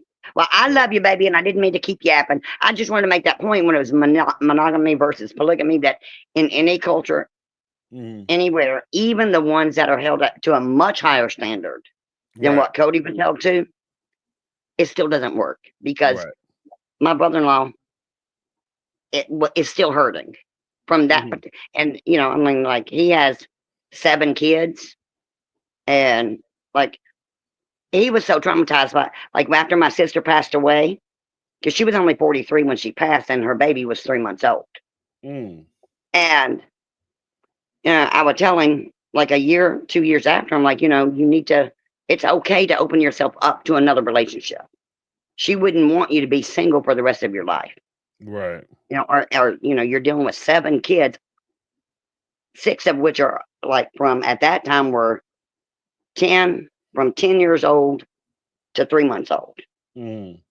And a lot of it fell to my 18-year-old niece to try to help him. And like, you don't have to be lonely. And he still to this day has not. He just can't Wow. because Wow. he's like, he had one love, and he just will not open himself. I'm like, I'm not going to be mad. You're still my brother-in-law. Those Right. are still my nieces and nephews. That doesn't change. Yeah. Uh, No, yeah. Yeah. but I'm just saying he was so traumatized by it that just the thought feels like he's cheating on her Drained somehow him. because that's Yeah. how. So I mean, like, there's a lot of layers that go to this. Right. Right. Um, No, I agree. But thank you so much for calling in. I well, I love you, appreciate you. baby. Be safe. I'll be listening in the background while I was cooking. I couldn't keep typing, so I had to leave chat, but I was listening. So when you said calling, I was like, hey. I'm there. Yeah. All Well, right. I thank you love for you, calling baby. in. You Have be a good safe. one. You too, sweetheart. All Night, right. night. Bye. Betty, keep dropping knowledge. You know, and the funny thing is that Betty mentioned that I've heard that because I've known several folks from that community, and they've said pretty much the same thing. Like that you're responsible if you have multiple wives. Not only do you have to keep them in the same financial situation, houses, you have to provide for those houses and those households. And it's not a situation like the Browns where everybody working and trying to kick money into the family fund. As the husband, you're responsible for them. And so if they work, the money that they make is their money. So if they have a job and they make $100,000, that's their $100,000. If you have a job and you only make 60 or 80, then you have to split your 80 between 2 households, making mortgage payments, putting food in a refrigerator and all that. So I mean, it's a it's a hard deal. The other thing that she had mentioned that I thought I'd touch on, like I'm kind of in the same camp that like I talked to my wife about it. And I've been telling her, like, if something happens to me, you do not have to be lonely. I will not take that as an affront. I will not take it as a sign of disrespect. I don't want you to be walking around lonely and depressed all the damn time thinking about me. That's not what I'm here for. But she obviously has a different opinion. That's what I'm saying. Sometimes you're just different. She's like, no, you die alone. I'll be here haunting your ass if you go get somebody else. It's just different. But I think that I as a person who cares about somebody, I'd rather her be happy with somebody than to be unhappy alone, thinking about me and remembering me. Like you don't have to do that for me, you know. So, but it is what it is. Lizzie B said, in a monogamous relationship, there's hardly any time if both of the people in it are working. Could you imagine a polygamous one? I'm not sharing my time with anyone except my children. Yeah, yeah, yeah. I'll see you on Thursday. Like I couldn't do that shit. What if you actually want it? Like you got something because the calendar and kids' schedules don't match up with your personal polygamy time. So there would be times when your one child might be exploring or doing something. Maybe they have a game, they're going on a date or something, but it's the other wife's time. So you can't even sit down and have a conversation with your kid about an event that's going on for them because you don't want to interfere or intrude on the other wife's time. Like it's just, I don't know. It's rough. But coming to the stage next, we got Janet. What's going on, Janet? How you doing? Hey James, what's up? Hey, how you doing? I'm good. How are you? Doing excellent. Doing excellent. Amazing. So I like sent a speak pipe because I think I got confused about whether we could call in or not. So there might be a little bit of repetition, but just in response to what you're asking about, like, is there bias against Cody? Is it him that's making polygamy look bad? And it was like echoing a lot of what you said actually, that basically like he's not mature enough for polygamy because he I don't know, like he and Robin acted like the fact that they fell in love with each other was like brand new information or something. And like if he actually like was doing polygamy the way you're supposed to in their religion and stuff, from what I understand, you are supposed to take care of all of your wives. And he wasn't doing that. And he fell in love, and he admits if you can't, it doesn't work if you fall in love. Hmm. But what's what's gross to me is that like it's like they act like it like they just realized it or something yesterday, and it's like the show was on for like almost 20 seasons, and like you knew. And if you actually were like doing making the ethical decision in that you felt so differently about Robin and you guys felt so differently about one another, and it was being reflected in your wives told you, like I think like that Mary didn't have a physical relationship, like if you do the math, like about a year after like the show even started. So Christine was constantly saying she wasn't satisfied with the relationship, yada yada whatever. So if you guys fell in love and you realized you fell in love and you acknowledge now that it doesn't work if you fall in love, then you should have left the relationships knowing that you were making your other wives unhappy. But that wouldn't have worked financially for you. And so if him and Robin were actually all about the love, and they have a beautiful relationship, then it would have been enough for them to realize that, to let the other wives go and to have a happy life themselves and support themselves. But they just like they just sponged off the resources of the other wives and stayed in that relationship. And that's just, it doesn't like, it's not, I don't think it's just like, I don't think it's just polygamy. I think it's the fact he wasn't mature enough to like leave when he should have. And same with Robin, she's culpable too. But yeah, Hmm. So, what are your thoughts about? Would you be able to do polygamy? Do you think? I don't think so. Well, honest answer. Yeah, I don't think so, because I think that if I chose to do it though, like especially if I was like if it was like matriarchy instead of patriarchy, you have to be really honest with yourself. And he chose to do that with those wives. So the fact he made that choice to go into that lifestyle, if I Mm. choose to go in that lifestyle and I mistreat the people I'm in relationships with, then that's on me. And that's where he doesn't take accountability for it. It's unfortunate. No, I think that's fair. I think that's fair. But thank you Yeah. for calling in. I Thanks, appreciate you. James. Thank you. Appreciate you too. Awesome. Yeah, you know what? And I respect Janet's position. Because I think for me, that's the one thing that I think is so important is for you to understand your damn self before you just go along with some stuff because the community said it, your church said it, your buddies are doing it. You got to understand it for you, the way you are. And like she said, like if your husband or boyfriend come to you, be like, yeah, baby, I want to start adding extra people. You got to be able to look at yourself and just be truthful and say, you know what? I'm going to be jealous. I'm going to be mad. I know my limitations and this will not work for me. This will not work for me.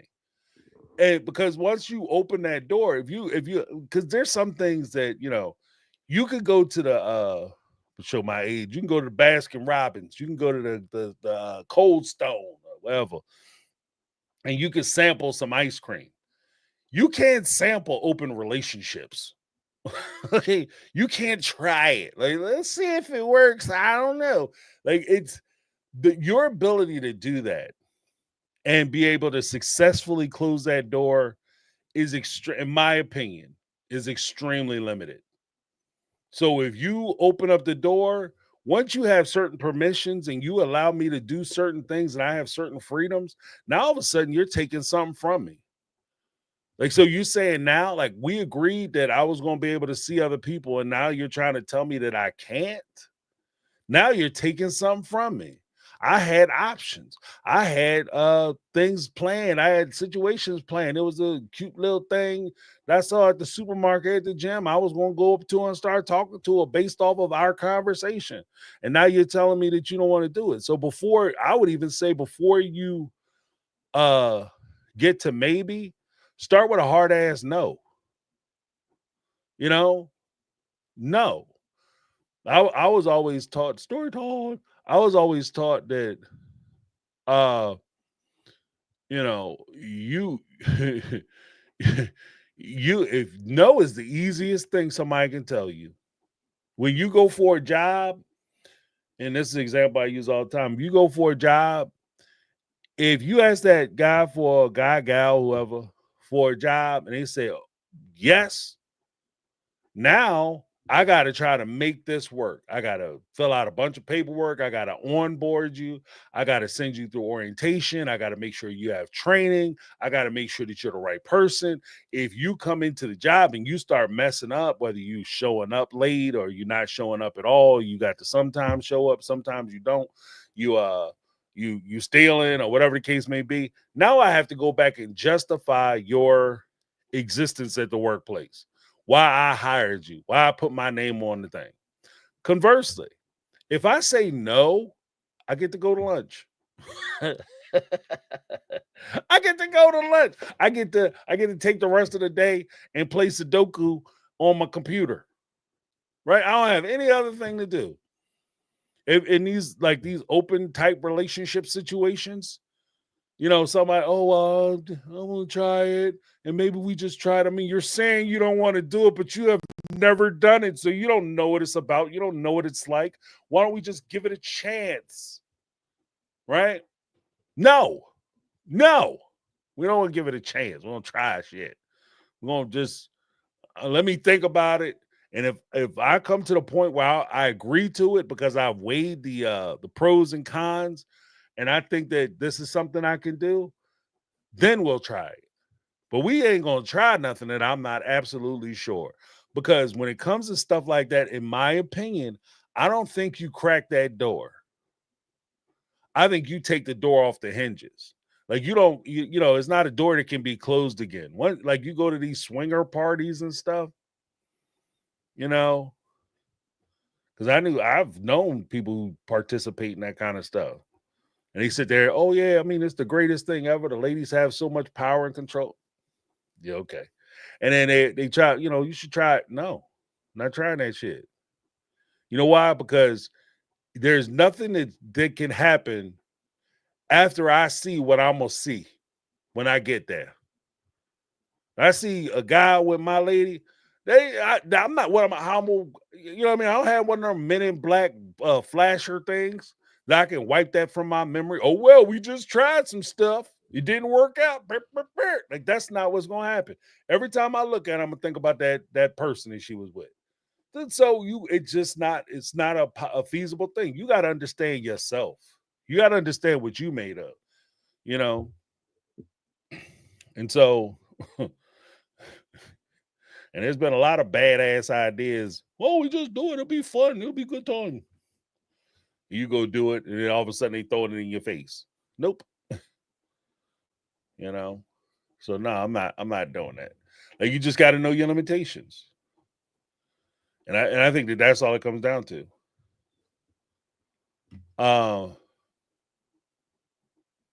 Let's see. Myrrh. I couldn't do polygamy for several reasons, but top is I am putting my sexual health in my spouse's hands. Yeah. Trust and he'll stay faithful. The more people you, pardon me, the more people you add, the more that trust has to be spread. Absolutely. Because at that point, you're not just trusting your spouse, but you're trusting the people that your spouse chooses to be with.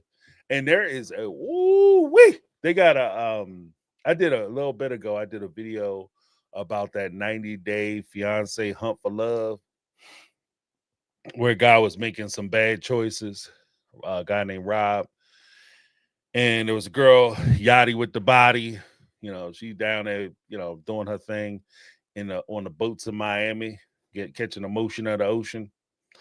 And yeah, that young lady, he kissed her on the first night.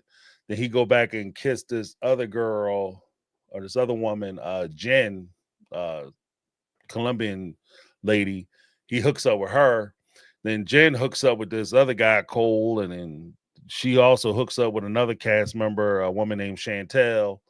And there's a rumor going around now. I don't know how true it is. I don't know how much actually is to this, but there's a rumor going around that the young lady Jen has the simplexes, like she got the herpes.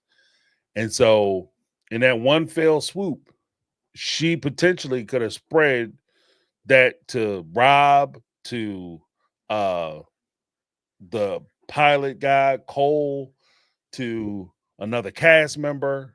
You understand what I mean? Like in that one fell swoop. And she was supposed to be the treasure of the resort, because all the guys were so anxious to try to get to her and so attracted to her that they were trying to talk to her, and they were all chasing her or whatever. And the same way it could be something as common as herpes. It could be the clapper, could be the real. You know what I mean? Like there's not just two things out there, pregnant or herbs. Like you could get they have a whole menu of stuff that you could get.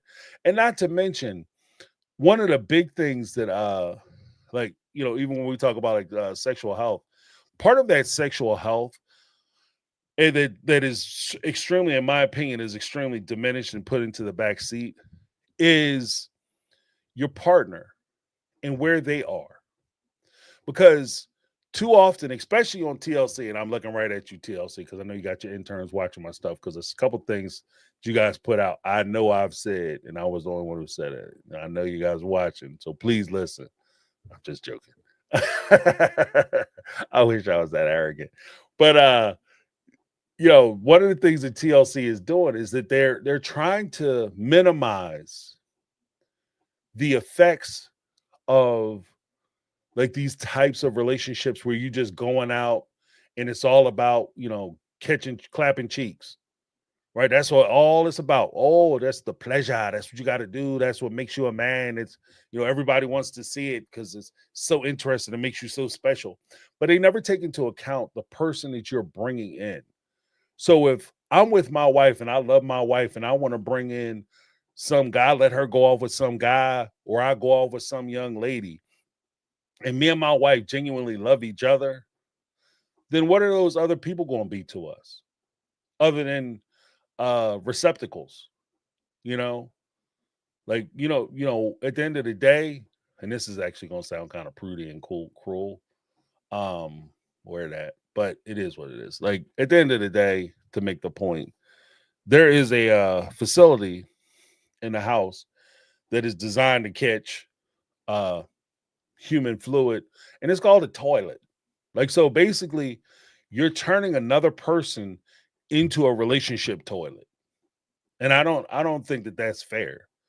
Again, if you're consenting adults and you're going into it and everybody understands what it is, I don't have an issue with it. But I think that if you're going in and you're not even considering that other person, oh, they know I'm married, so they just know that they're here for fun. But you're not taking that other person into account. I think that you have a response. Like I like to feel like I have a responsibility for people that I'm going to share those intimate moments with.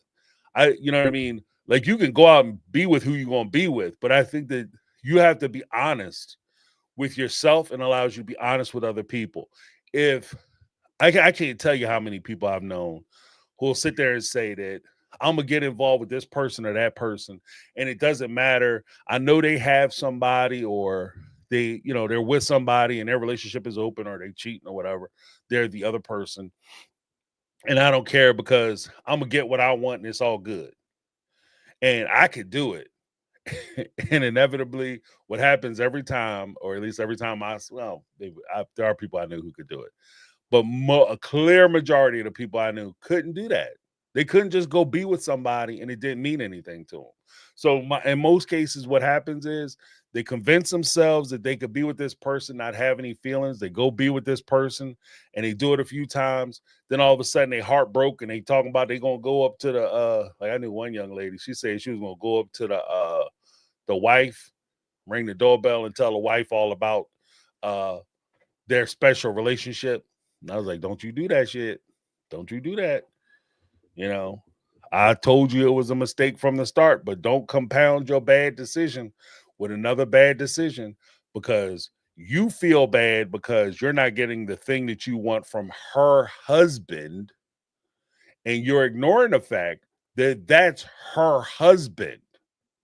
Okay, don't be one of them women walking up on these ladies out there doing that garden, and they holding one of them little shovels in their hand, which is basically a two-sided knife. You know what I mean? And you go there talking some crazy stuff about, I was with your husband, I think he cheating on us. Like, it's not gonna go as good as you think. She is not, like, you guys are not Voltron. You are not gonna form a mighty powerful whatever the hell that was, big robot or whatever. You know what I mean? It might be a crime scene on her porch. Like, so don't do that shit. Like, it's not worth it.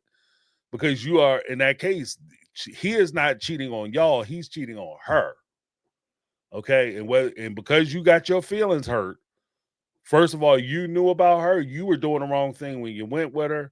Second thing, because you understand the full depth and breadth of it before you consented to it, you understood that when you went off with him and this is what you guys were going to do, that whatever happened was going to happen, and it happened to you. So it is what it is. That's kind of where I'm at with it. Got a little time. If you guys want to call in, you're more than welcome. Yeah, you like that? Yeah, I've been saying that shit for years, but this first time I said it publicly. you know, it is not. It is, again. If everybody is consenting to it, you just got to know your role. You got to know your place. You got to know where you are, where you fit in. Because not everybody is looking at you the way you want them to look at you, and they're not now going to be thinking about you the way that you want them to think about you. And some of these guys and these gals who engage in these open relationships, they seem like the most noble people. When Cody was talking that good shit on Good Morning America, pardon my French, but when he was talking that good stuff, talking about, oh, well, these women get in these relationships and it's so wonderful. And when we get in them, oh, I think about them all the time and I try to make it work. He was talking that good stuff, make people think polygamy ain't so bad. But then when you peel back and you really look at what he's talking about, he ain't mean none of that shit. When these guys, every time I've had a conversation with some people, because like I said, I've tried to expose myself to different perspectives all the time. And anybody I talked to who was doing the whole swinging stuff or open marriage stuff, 90% of the time, 90% of the time, when they were talking about like that open marriage stuff, they always had these flowery presentations about how wonderful it is. But if you really listen to what they say, it is the most misogynistic, self-aggrandized experience. And maybe again, I'm not saying everybody is, maybe it's just the people that I've met and the people I've interacted with, but there was nothing about that that was attractive to me, because no matter how you try to play it, somebody was going to get their feelings hurt. Somebody was going to come out of there feeling bad. There was no way that everybody was coming out okay. And I think that that's something that has to be taken into account, you know, like just as an aside, like I know for like in my house, I understand if I went to my wife and I presented this to my wife, if she agreed with it, she would only be doing it because it was something I wanted to do. But I know my wife and I know she can't do it. There's no way she'd be able to do that shit. There's no way. No way. No way. Okay. And even if she agreed to it, I would have to say, no, we can't do it because you can't do it. It's going to hurt you. This is going to hurt you. And this is the part of like, and I again, when I think of partnerships, this is the part of being somebody's partner where you look at your partner and say, I'm not going to do anything this I know is going to be bad for you, or is going to wind up hurting you or leading you into a situation that you can't handle, or, you know, is not good for you. It's not where you want to be. And there's nothing wrong with that. Like, I'm not, you know, I think that there's too many of these, like Kody and them bringing Robin in. That should have been a conversation he had for himself. Like, okay, I understand how I feel about her. Again, this onion I keep talking about. But I understand how I feel about her. And when I'm considering bringing her into the family, if I bring her into the family, I know my other wives can't handle it. And then that's the true question of that becomes Robin's entry into the Brown family.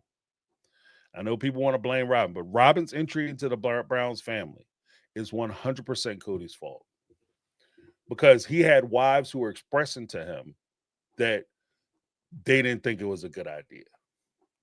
And even if they were trying to cover up and pretend like it was a good idea, you could tell from their responses and how they were acting even before he got married that they were heartbroken and that they couldn't handle it. So if Kody genuinely cared about his family, he should have pulled a ripcord on the Robin situation. She never should have been allowed to join the family. Because if you're thinking about the family, you're thinking about the best interest of the family. And trust me when I say this, guys, I've been digging into this thing, going down a rabbit hole. There's an interesting, I think, is an interesting take, perspective on some of this. And I just have to pull the materials together to make the point. But there's no reason in the world why she should have been allowed to join the family if he had taken them into consideration. But he didn't, because it was all about him and it was all about what he wanted and what made him feel good. And that's the patriarchal point of polygamy that he never professed, that they denied ever existed, but was always present. That was the patriarchal part of it. That was the misogynistic part about it. It didn't matter how these other women felt about it. You had to be honest.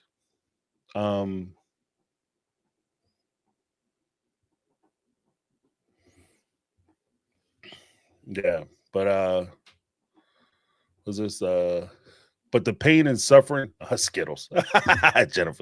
Jennifer, mama. Skittles. Beer and Skittles. But the pain and suffering is spun by the AUB is something noble to overcome, making yourself better. You know, make yourself better. Like, how about I come down there and just tune you up with this pipe? Yeah, I don't trust anything. Because I noticed that the suffering was always, it's not the fact that, and let's expand on that for a second. It's not just the fact that they're asking you to suffer, and they're justifying your suffering. Where I have a problem with it, why am I the only one who's suffering? You know what I mean? Why is it the wives who have to suffer? Kody and Robin ain't suffering. They in love. He's sitting there crying, talking about how they met. This whole he's so great. The only suffering Kody did was that he didn't get to spend more time with Robin and give her more shit. That was his sacrifice. I had to give some of it to the other women and they kids. Like that was his sacrifice. So it's who is asked to suffer. I mean, we're coming up on the 21st or actually 24th anniversary of 9/11. And I'd always said that about them like them crazy folks, them extremists, Like how I'm gonna be sitting up in a meeting and a dude talking about, yes, we're gonna take these vests, we're gonna put them on, and we're gonna go in this building and wipe the building out. It'd be incredible. Okay. How we getting out? Oh, we're not getting out because we're doing it for the glory of the whatever movement you're a part of. Okay. Another question. Okay, what do you want, James? Keep asking these questions. What? I mean, ain't that difficult? Yeah, the last question, I promise. I noticed that there's 12 of us, like, 12 of us in this room, but there's only 11 vests there. Where's your, who's not, why is a vest missing? Oh, I'm the supreme leader. I'm not gonna go with you guys. Well, shit, I mean, why not? Why ain't you going? If it's such a good idea, if it's so wonderful, why ain't your ass showing up? You should be the first one. I think because you came up with the plan, you should be showing us how to do it. You should go in there first. Yabba dabba do it and do what you're gonna do. Right? Why am I going? I tell you what, you go, I'll stand here and I'll tell the next people how great you were and what a caring, thoughtful person you. I say that about most of these situations. Somebody is asked to suffer while everybody else is doing well. Oh, James, you just criticizing the extremists in the Muslim faith. You can say the same thing about the Christian faith. How many times have you seen one of these mega pastors from these mega churches sit there and tell you how much you suffering means to the Lord, and once you get to heaven, you're gonna be rewarded. And at the same meeting, you sit there trying to figure out how to pay your bills. The pastor standing in front of the church talking about, I'm gonna pass this basket around one more time. It's a little light, and I'm trying to buy a jet. But you already have 8 jets. Well, I need a new one. Why I gotta suffer? I'm barely putting clothes on my kids' back to send them to school. They barely getting school clothes money because I'm working jobs and everything. But I'm sending your kid to private school. I'm catching a bus to church. You getting out of a Rolls Royce? What the shit? Oh, but just suffering. Your suffering is what's going to get you into heaven. Well, why don't we spread this suffering around? Okay, why don't we spread this shit around? I want to see you in heaven, Pastor. I tell you what, I'm gonna make the sacrifice. I'll go ahead and drive the Lexus. I'll live in that $1 million mansion. I'll get on and off private jets. You can catch the bus. You can live in the tenement, the projects, the PJs, or the trailer park. You can go down and hop your happy ass on the Greyhound to get back and forth.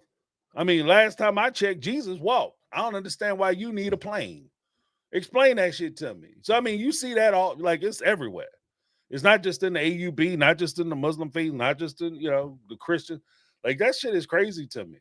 If that's a precept of, like, some kind of some kind of valor or character, why am I the only one who needs character development? Shit. We should be developing and growing together. And more importantly, if you're the leader, you should be showing me and instructing me not only through your words, but through your examples. How about that? How about that?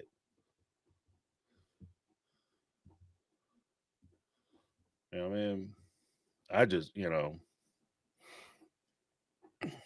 usually when it,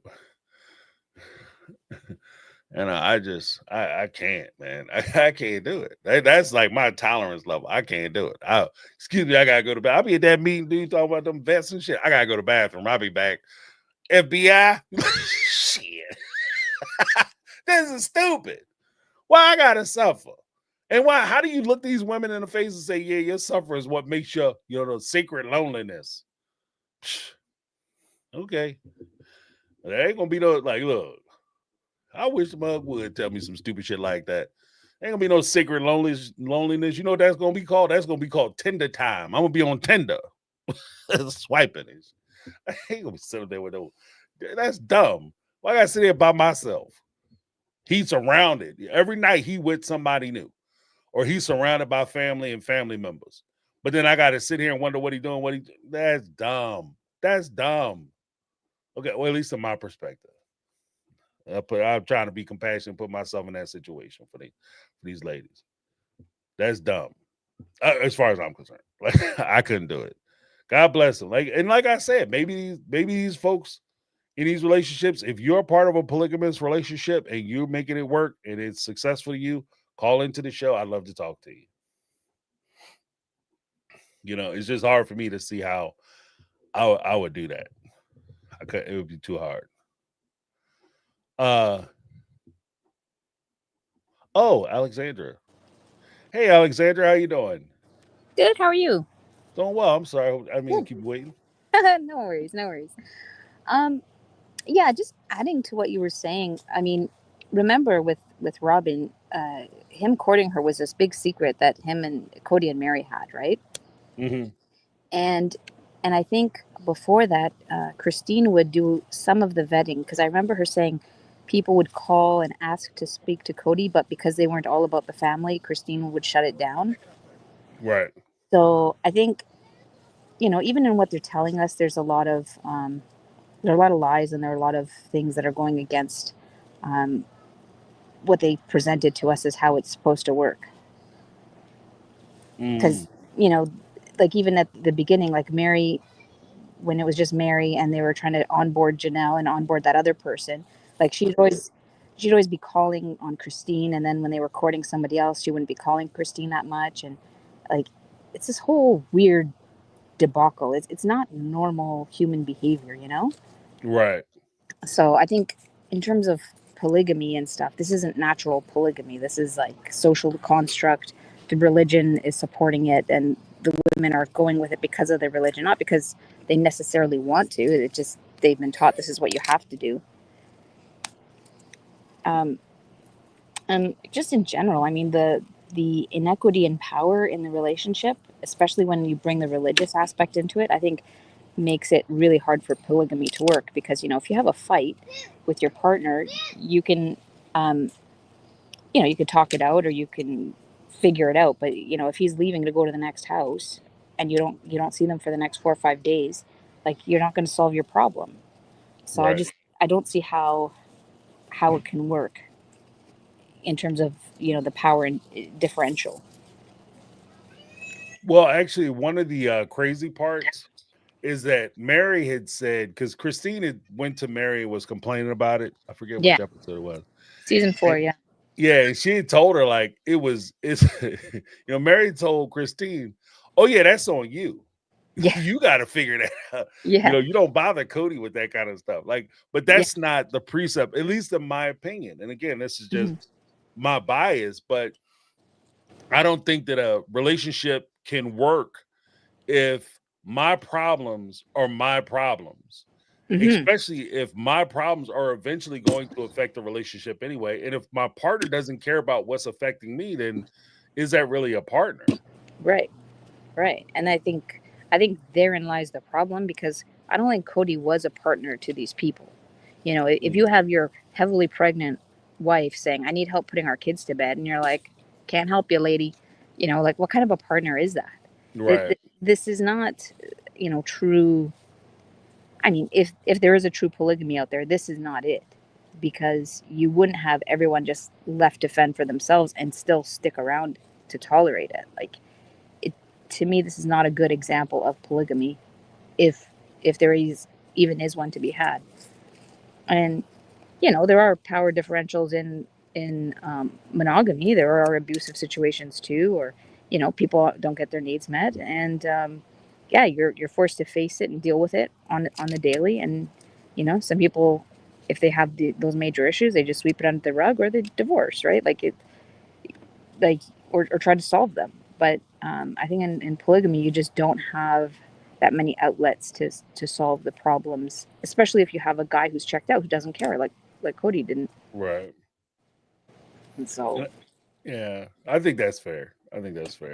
yeah, I don't, the way they presented in season 1 with like, oh, I'm in love, and if I'm lucky, I'll be able to get another wife, and that is not how they were. And I think people wanted to believe that season 1, episode 1 image, but even then, it wasn't. I don't know. It didn't ring true to me. From the beginning, when I was watching it, I was like, how are these women staying in this? Like, how are they convincing themselves that this is in their best interest? Like, I I distinctly remember, like, I was in law school doing a family law course, and this whole topic was brought up, and just the inequity of, like, you don't have the same rights as everyone else, and just in that alone, it's a huge problem. And just now you see with Kody, oh, what, she expects to get some money when she's leaving, like it's a multi-layered thing. And I think even in monogamy, right, even if you decide not to get married, you do have common law that kicks in after a while. There are protections there, and just there aren't here. So I don't know. I think there's a lot of levels of comparison where monogamy just doesn't meet up to monogamy. And not the monogamy is the best, but it's something more structured that we as a society can deal with a bit better, I think.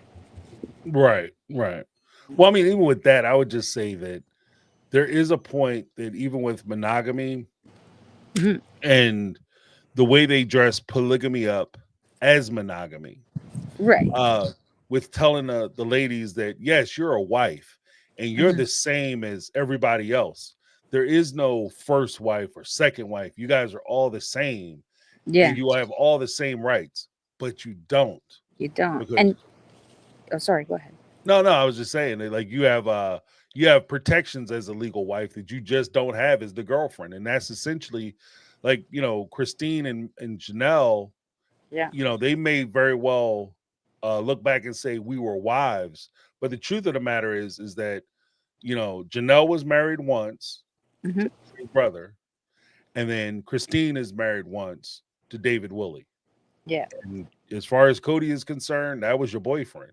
yeah. As far as the state is concerned, that's your boyfriend, because they don't recognize those unions. Yeah. Full stop.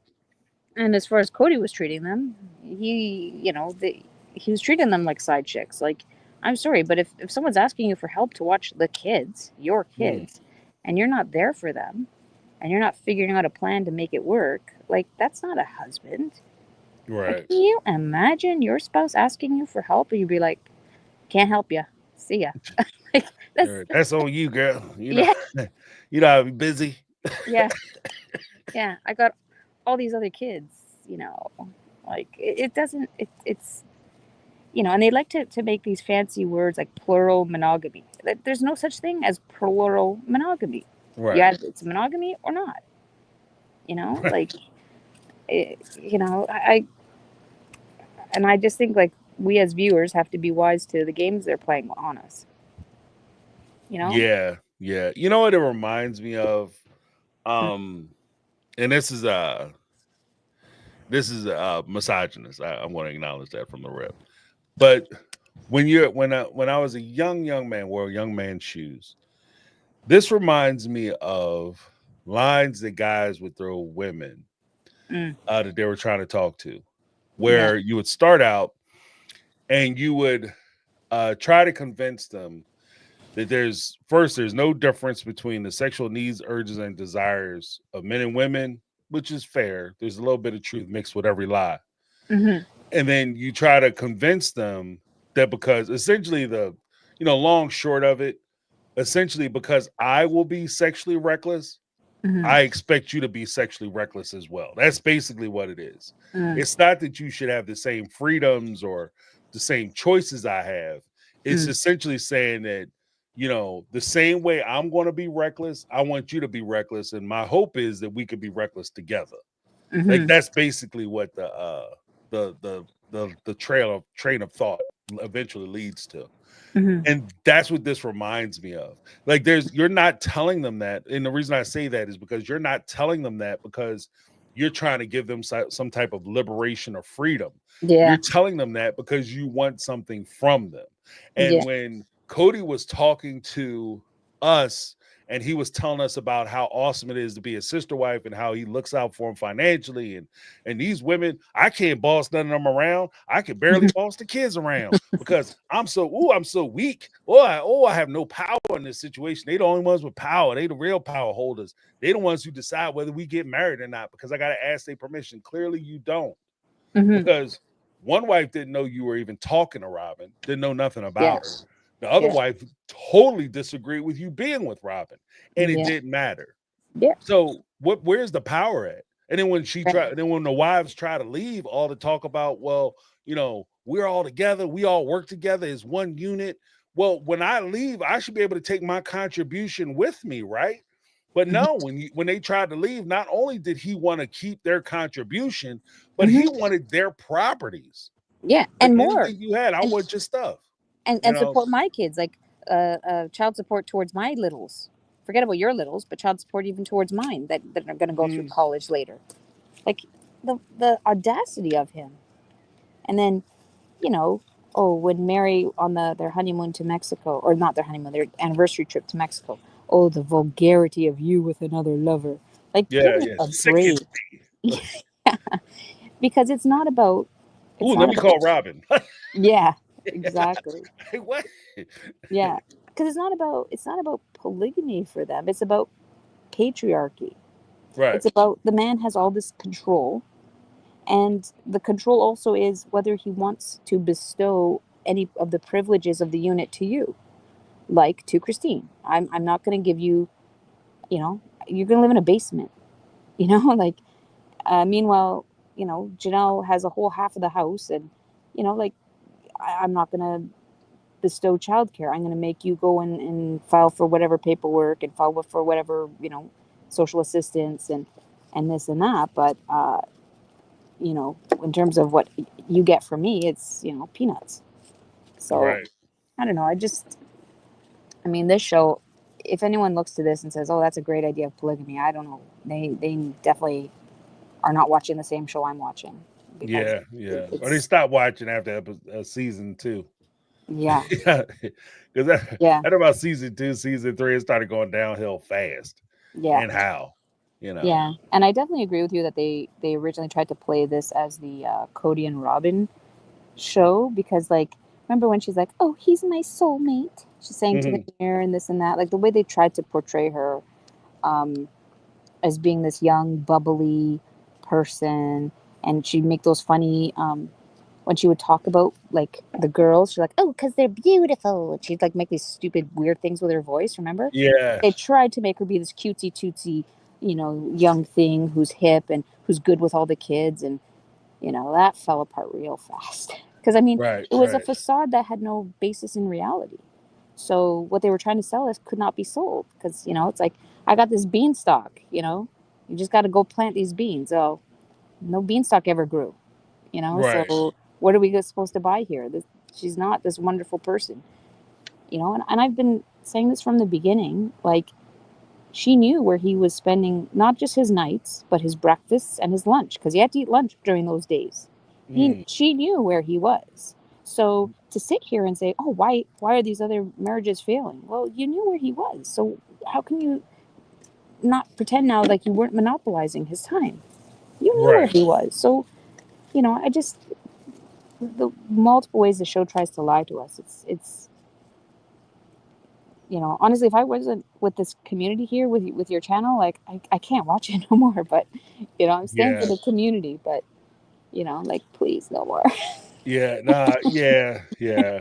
I understand that. Like, because there are times when like they start to wear on me too. Because it's just like the one thing that bothers me above everything else is like I talked about it, I think Thursday, maybe, but the one thing that bothers me above everything else is when they sit around and pretend like the fans or the people who watch the show are bothering them Oh yeah. because they comment on the show or they have opinions. Like that's the only reason why, like even with them coming after like YouTubers or social media people, the internet, Yeah. like the internet people are the only reason why you guys still have a show. Yeah. Because people continually talk about even after the season is over, you have people who will continually talk about it. Like I think Like us right now. yeah, us right now, reality TV cringe, they went back. I think they're doing like a rewatch on their Yeah. channel for Mhm. their podcast. I know Mhm. there are other people who are doing rewatches. So they're keeping and maintaining the interest in the show. And you have the audacity to criticize those people. If anything, you need to start trying to call them. And I'm not saying call me because the conversation might be too real for you. And I understand that, Cody, Mhm. Robin, whoever. But you can call these other folks and they will be more than happy to talk to you however you want to talk to them. And they'll be nice to you. Yeah. And, and take that phone call and they will get that bump from the subscriber bump and all that other stuff. So like I think that it's insulting. It's one thing like Ben Affleck, he was married to J-Lo. Then Mhm. he had a short time when he did Batman movie, like he played in Justice League, right? He was Mhm. Batman, Yeah. right? I could understand if I went to Ben Affleck, I saw him walking down the street, and I said, Ben Affleck, tell me about J-Lo. Your relationship with J-Lo. What's it like to be with her, sleep with her, go shopping with her? That Mhm. has nothing to do with his profession and why he's famous. Like Right. I should be able to ask him about anything regarding his time on as Batman and the superhero movies. I should be Mhm. able to ask him about that. His private life, as far as I would be concerned, would be out of bounds. Mhm. With Cody and them, you guys presented your private lives Yeah. for our edification.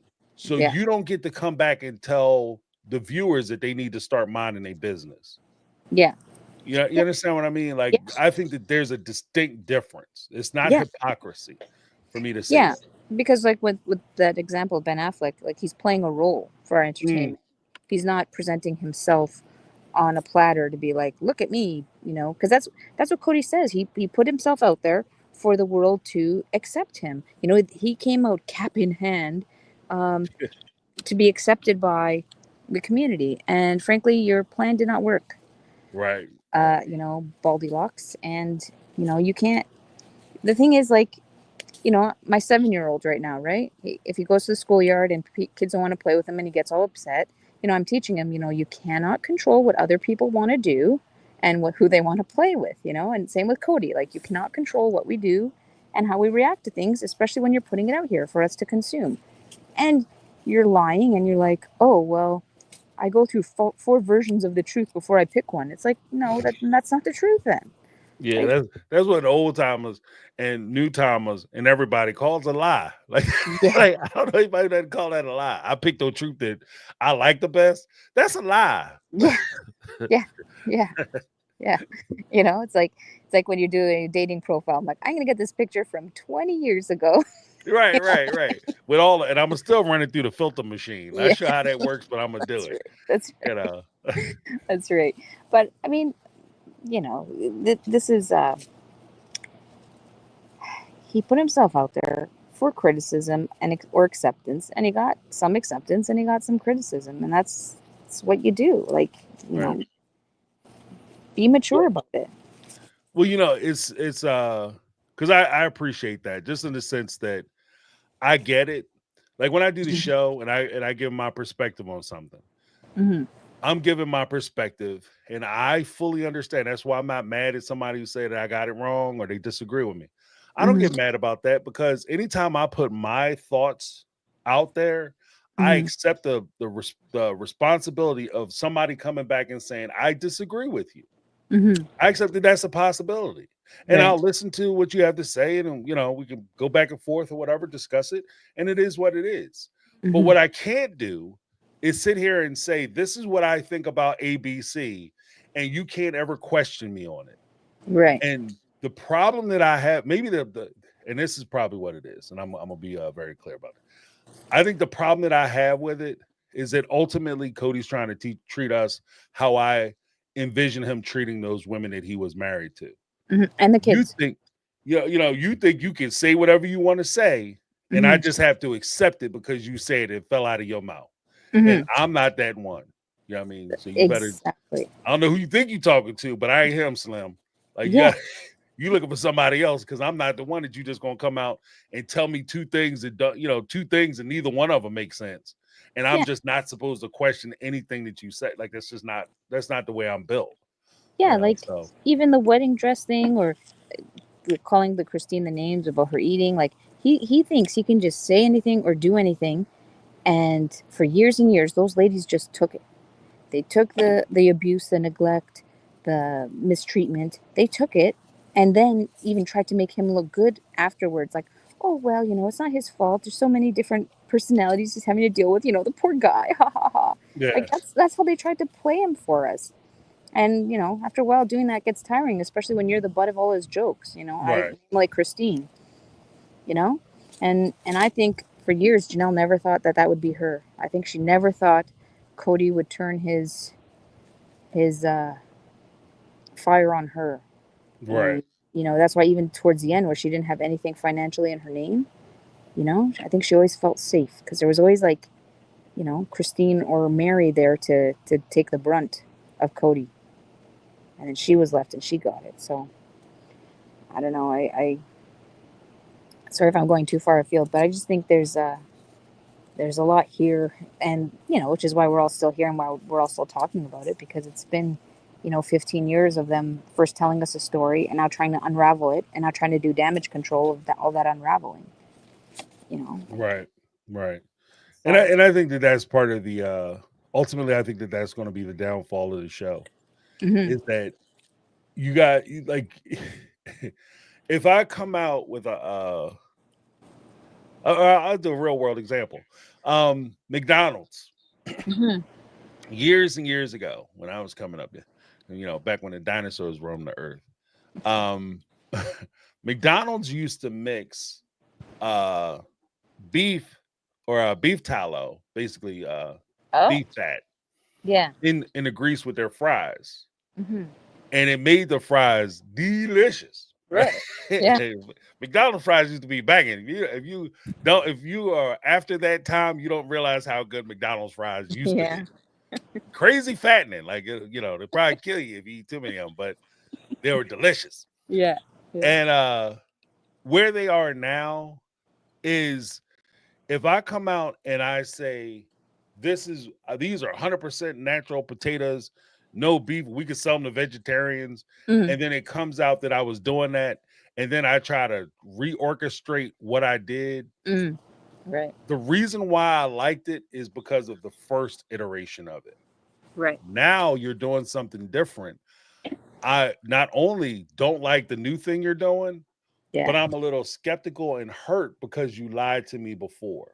Yeah. With the sister wives where they are now, I'll tie it all together because it's a little far field. But to tie it back together, like Mhm. when the sister wives came out, they presented themselves one way, and now Yeah. they're actively going back trying to dismiss that past, saying Mhm. you guys don't know me because all that stuff we told you wasn't true. Well, if all Yeah. the stuff you told me wasn't true, why in the world would I continue to watch any new products that you put out? Right. You Right. understand what I mean? Like you're saying that this is true now. So why am I watching this when you're a known liar at that point? Like you Yeah. discredited yourself. Like I don't understand what Kody and Robin's whole like thing is Mm. with that. Like I'm not quite sure whether they're just trying to retell history Mm. or if they're actually trying to sabotage the show. Because Yeah. it's that damaging. You know what I mean? Like the one thing that you can't do on a reality show is say that this isn't real. It's Yeah. like wrestling. Like you can't drop a 400-pound man on his neck Mhm. Yeah. Yeah. Yeah. on concrete and expect that dude to get up and win the match. Like that is Yeah. not happening. That dude is either going out the door. He going foot first either way. The Yeah. only real decision is whether they're going to tape him off before he go and put a chalk outline around his ass before they Mhm. take him out the building. That's the only real, you know what I mean? Yeah. Everybody involved knows that there's fake elements. Right. Real danger, fake elements. Yeah. Reality Yeah. shows are kind of the same way. Well, yeah, If you because like destroy that, then it's done. yeah, because like we used to believe that well, and it used to be that, when people were upset or hurt, whenever they did show it rarely, like it was real. Like Christine Mm, going off with the whole wedding dress thing, like that was real emotion there. right. Um but now all this and him especially admitting, well, I'll just, I'll go through 5 versions of the truth before I pick one. Well, then that's not authentic. That's not Right. genuine. That's just you being a spaz. Like I don't know if that word is offensive. I'm sorry if it is, but like you're just being like off the cuff too much. Right. Um, Right. I don't know. It's weird. And I think for this show, if we've said it before, but if they want to continue, like Christine's got to make amends to her aunt. She's got to, you know, face that polygamy that she was so defensive of. And Janelle too. Like, she was the one saying, "Oh yes, I have my own bank account." Um, she said to the audience, and they presented themselves as empowered women. Well, it's like circle round back to that. Talk to those people, Mm-hmm. and maybe apologize. But that's just if I were casting the show, if I were in charge, that's what I would do. But Yeah, absolutely. I think you're Absolutely. right too about Christine and David Woolley's like having a new relationship, having it on camera. That's going to be tough because like she did say, like it's hard because she's used to doing everything alone, where she's like the boss and she determines things, and now she's got to make sure she runs things by David too. So Right. Right. that's got to be an adjustment. So anyways, I still thank you for your time. I appreciate it. I've been watching these past few weeks, just with kids in the background. I haven't always been able to call in or even chat much during the chat, but I'm around. So No worries. Thank you for calling in. thanks, James. Love your show. All right. Have a good night. Thanks. You too. All right. Yeah, I think Alexander's 100% right. And the closing thing I'll say is just simply this. When Kody says he has 5 truths, the truth of the matter is that both he and Robin are trying to self-produce a show. They're trying to create their own storylines. They're trying to create their own talking points.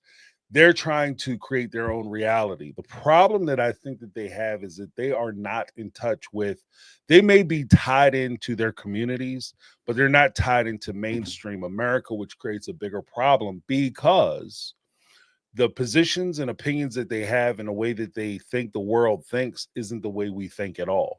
And I think that that's one of the challenges that they have. Like Kody says things, he thinks, oh, this is going to get them. They're going to think that this is super cute. And then when he says this stuff, it's not cute and it's not funny and it's not nice. So I think that he runs into those problems. But let me know what you guys think. Thank you so much. Before we go, I got some stuff I got to close some business out. We have unlimited lipstick. Janet, okay, $27.99. Super chat. The only way Robin should say anything about the wives' behavior is if if it walks a mile in if she walks a mile in their shoes. Let's watch you if Kody adds a 30-year-old to your home, moves her into a bigger mansion, and starts ignoring your kids. That will never happen because Robin will divorce his ass. Like she is never going to be able to take that. And I think that even is indicated when she does the whole thing where people ask her, would you be interested in doing polygamy again? And she's like, oh, I would have to have 100% guarantee that it's going to be better. Not 100% necessarily 100% guarantee that that person isn't going to come into the family and never leave and try to hurt people's feelings, but 100% guarantee that she'll still be able to enjoy the same position she had with the other wives.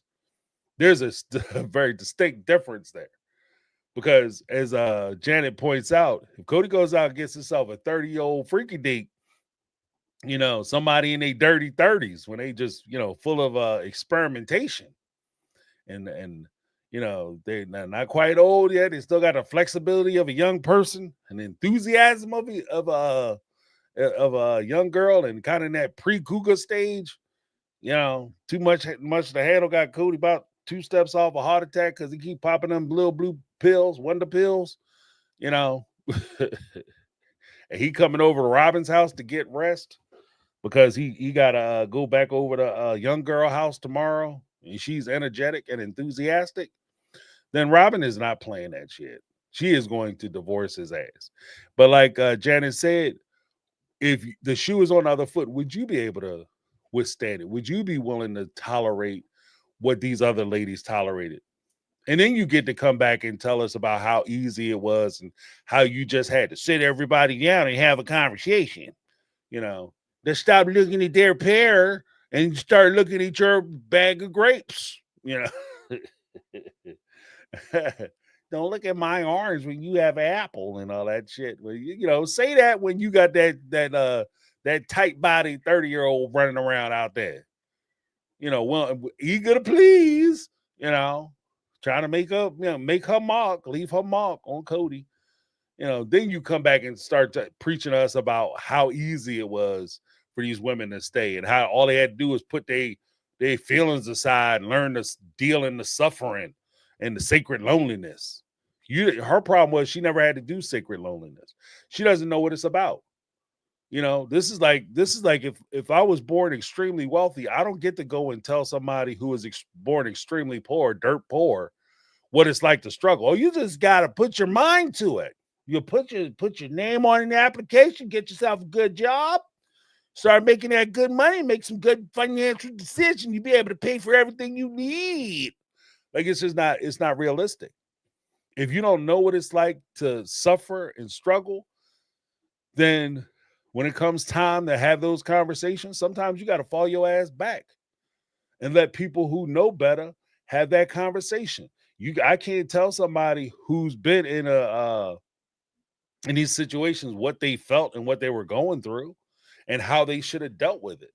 Maybe I could give them some suggestions from the outside looking in, but we're always keeping in mind that I'm giving you suggestions or observations from the perspective of somebody who's not in this situation and is looking at it from the mile high view, as opposed to somebody in the day-to-day. Telling these women that you've been married to this man for 20 years.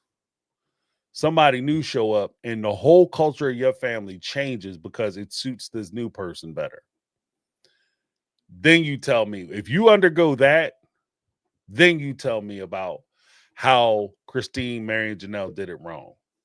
Then I'll be willing to be like, okay, yeah, Robin knows what she's talking about. Because, when that 30-year-old showed up and she had Kody over there, he straight walking past Solomon. Ariella talking about daddy. He talking about who? go in the house, go in this other woman's house. Girl, I gotta do some work. You ain't gonna come over our house and work no more, girl. No. I got a new wife. You know what I mean? Ain't you gonna come in and tuck us in? Robin, come get her.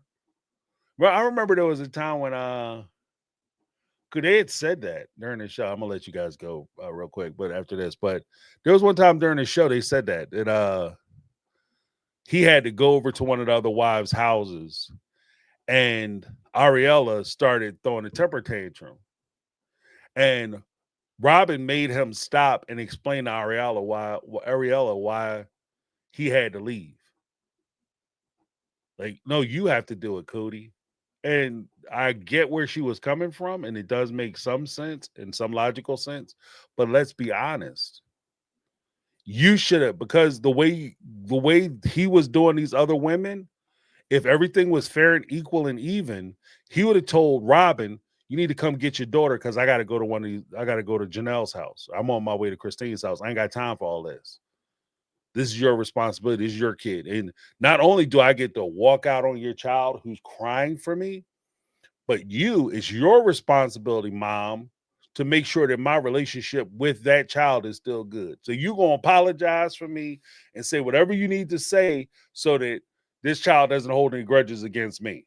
So even I guess up to and including in Kody's mind, and this is just my perspective, my speculation, that in Kody's mind, he's looking at it like, even if that means you have to take the blame for it.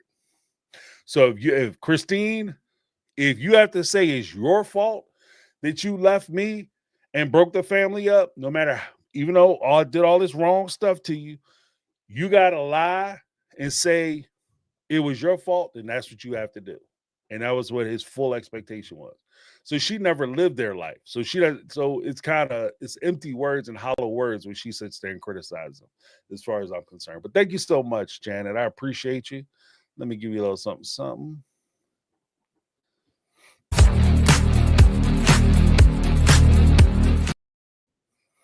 Then we had gifted memberships from Lizzie B. Gifted one My Take on Reality membership. Then she turned around and gifted another My Take on Reality membership.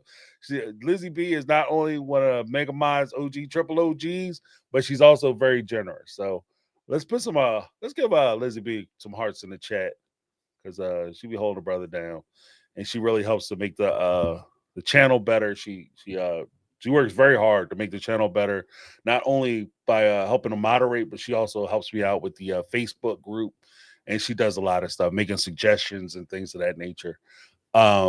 So yeah, let's give Lizzie some hearts, because she does do a lot, and she's very supportive of the channel. And not to mention, like, it I guess in a selfish way, I can say Lizzie B is doing so much for me, but the reality of it is that you don't do the stuff that she does the way she does it, without recognizing that it's not me. She cares about the membership, she cares about the group, and that she's just trying to make the group better. I mean, she's trying to make the group as positive and as good as the group could be. So I recognize her for that. It's like I said, she get some hearts in the chat. Give us some of them hearts. Thank you so much, Lizzie B. Let me give you a little something, Lizzie B. You know I had to do it. All right. But yeah, guys, that is another one in the can, as they say. Had a great time. I appreciate it. Donna Miller in the house. What's going on? And I saw YouTube is my time machine. I love the name. YouTube is my time machine. Because secret quiet as kept. I went back and I got some. So I pulled a clip from my childhood cartoon I used to watch, because I want to include it in one of the videos I was doing. And YouTube is certainly my time machine as well. Because sometimes YouTube not only is a time machine because it'll take you back in time to your adolescence and things that you grew up with, but it's also a time machine because that shit will suck your time up. Like, it's incredible. Like, you'll be watching one thing, like, oh, let me check out on this, and then all of a sudden you'll see something else and be like, oh, let me check that out. Let's see what okay. You see something else, we suggest this video. You'll start watching that. Next thing you know, 2 hours later, no, I got shit to do. Stuck in with YouTube. What time is it? Oh my goodness. So yeah, I appreciate that. But thank you guys so much. I appreciate everybody who called in and gave their thoughts. That's what makes the Sunday show the Sunday show. I hope you guys enjoyed the content. Try to make it a little more structured. I think I'm gonna try to do that moving forward. Oh, and gotta give a big shout out for Ty. Last Thursday night, Ty gave a membership, donated a membership as well.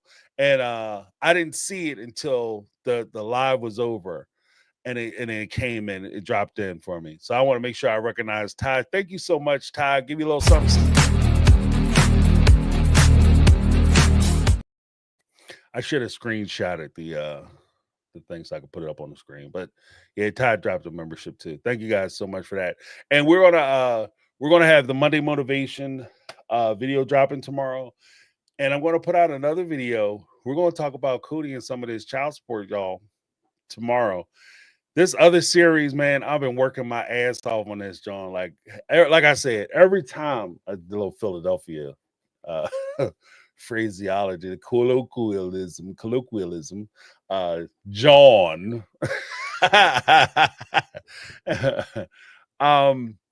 Yeah, like I said, with so much of this stuff, when you start going down like some of the storylines that they've told us and the many different iterations of that same story that they told, and then for them to come back and say that they don't understand where it came from, oh my goodness.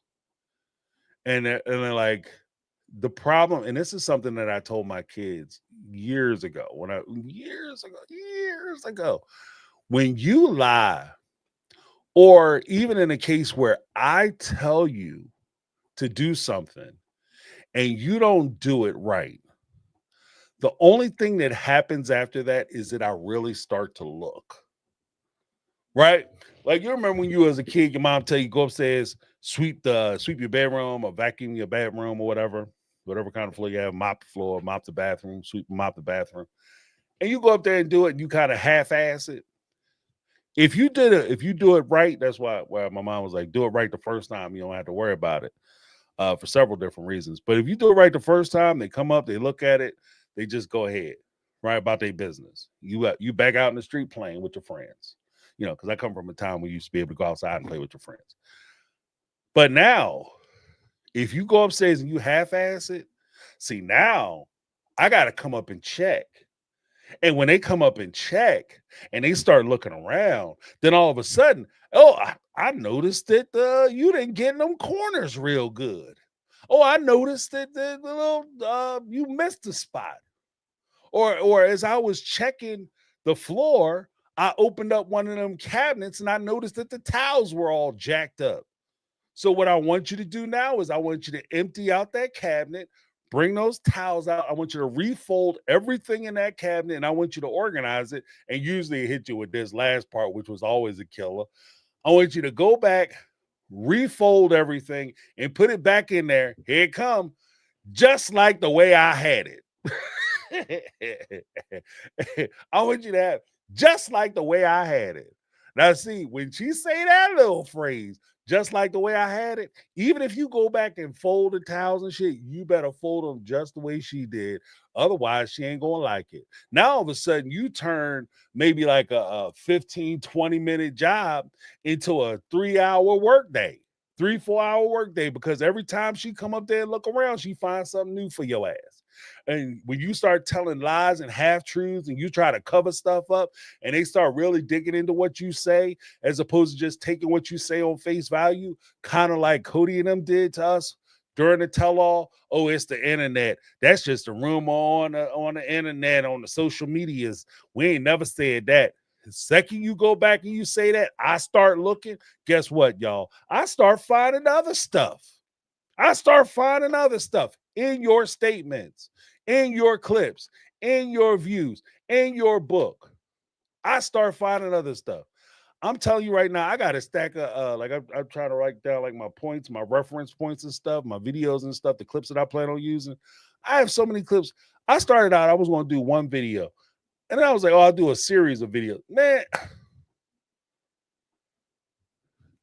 I could talk about just the one aspect of this one lie that they told probably till the next season start.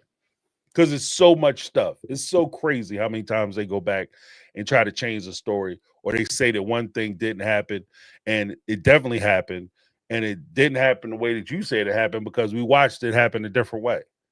And now I got you doing both sides of your mouth talking out of both sides of your neck.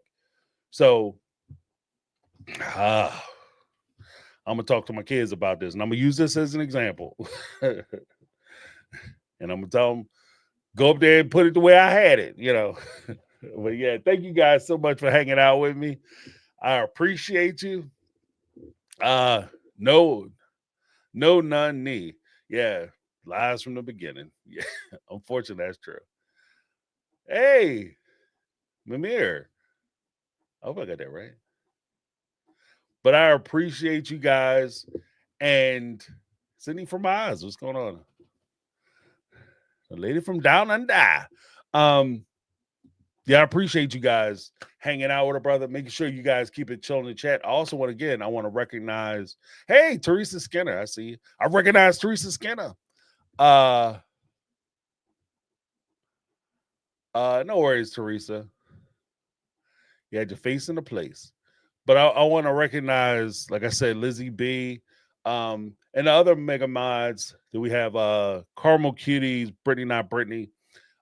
Folks be hanging out, and it's a lot of stuff that they do. Like I said, it's not it's just being involved with the chat and then helping to moderate and keep everything flowing right, because we want to try to keep the group as positive as possible and as encouraging as possible, and respect people's perspectives. You know what I mean? Have a healthy respect for people's perspectives. And as long as people do it respectfully, we debate issues, ideas, and not necessarily each other, we're all good. So I want to give a huge shout out to everybody who called in, everybody who participated in the chat. You guys for being here. You guys for hanging out. The Mega Mize, Lizzie B, Carmel Cuties, Brittany Not Brittany. Thank you guys so much. Let me give you a little something.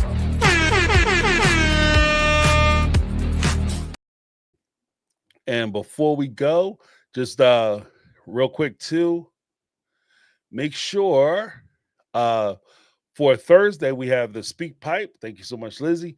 We have Speak Pipe. Ask your questions, leave your thoughts. The link is speakpipe.com/mytakeonreality. You can leave a message. This is just another way for you to be able to participate in the show. You call in, you leave a message. I address those issues, your SpeakPipe messages on that show. I'll play your message. If you don't want me to play your message, just say, don't play the message. And I won't play it. And I can either, if it's a question or comment that maybe you want me to reframe and present to the group, and then I can answer that question, I'm willing to do that as well. But yeah, it's just another way for you to participate. But thank you guys so much for hanging out with me. I appreciate you. That's my take. I'm James, and this has been My Take on Reality. And I'm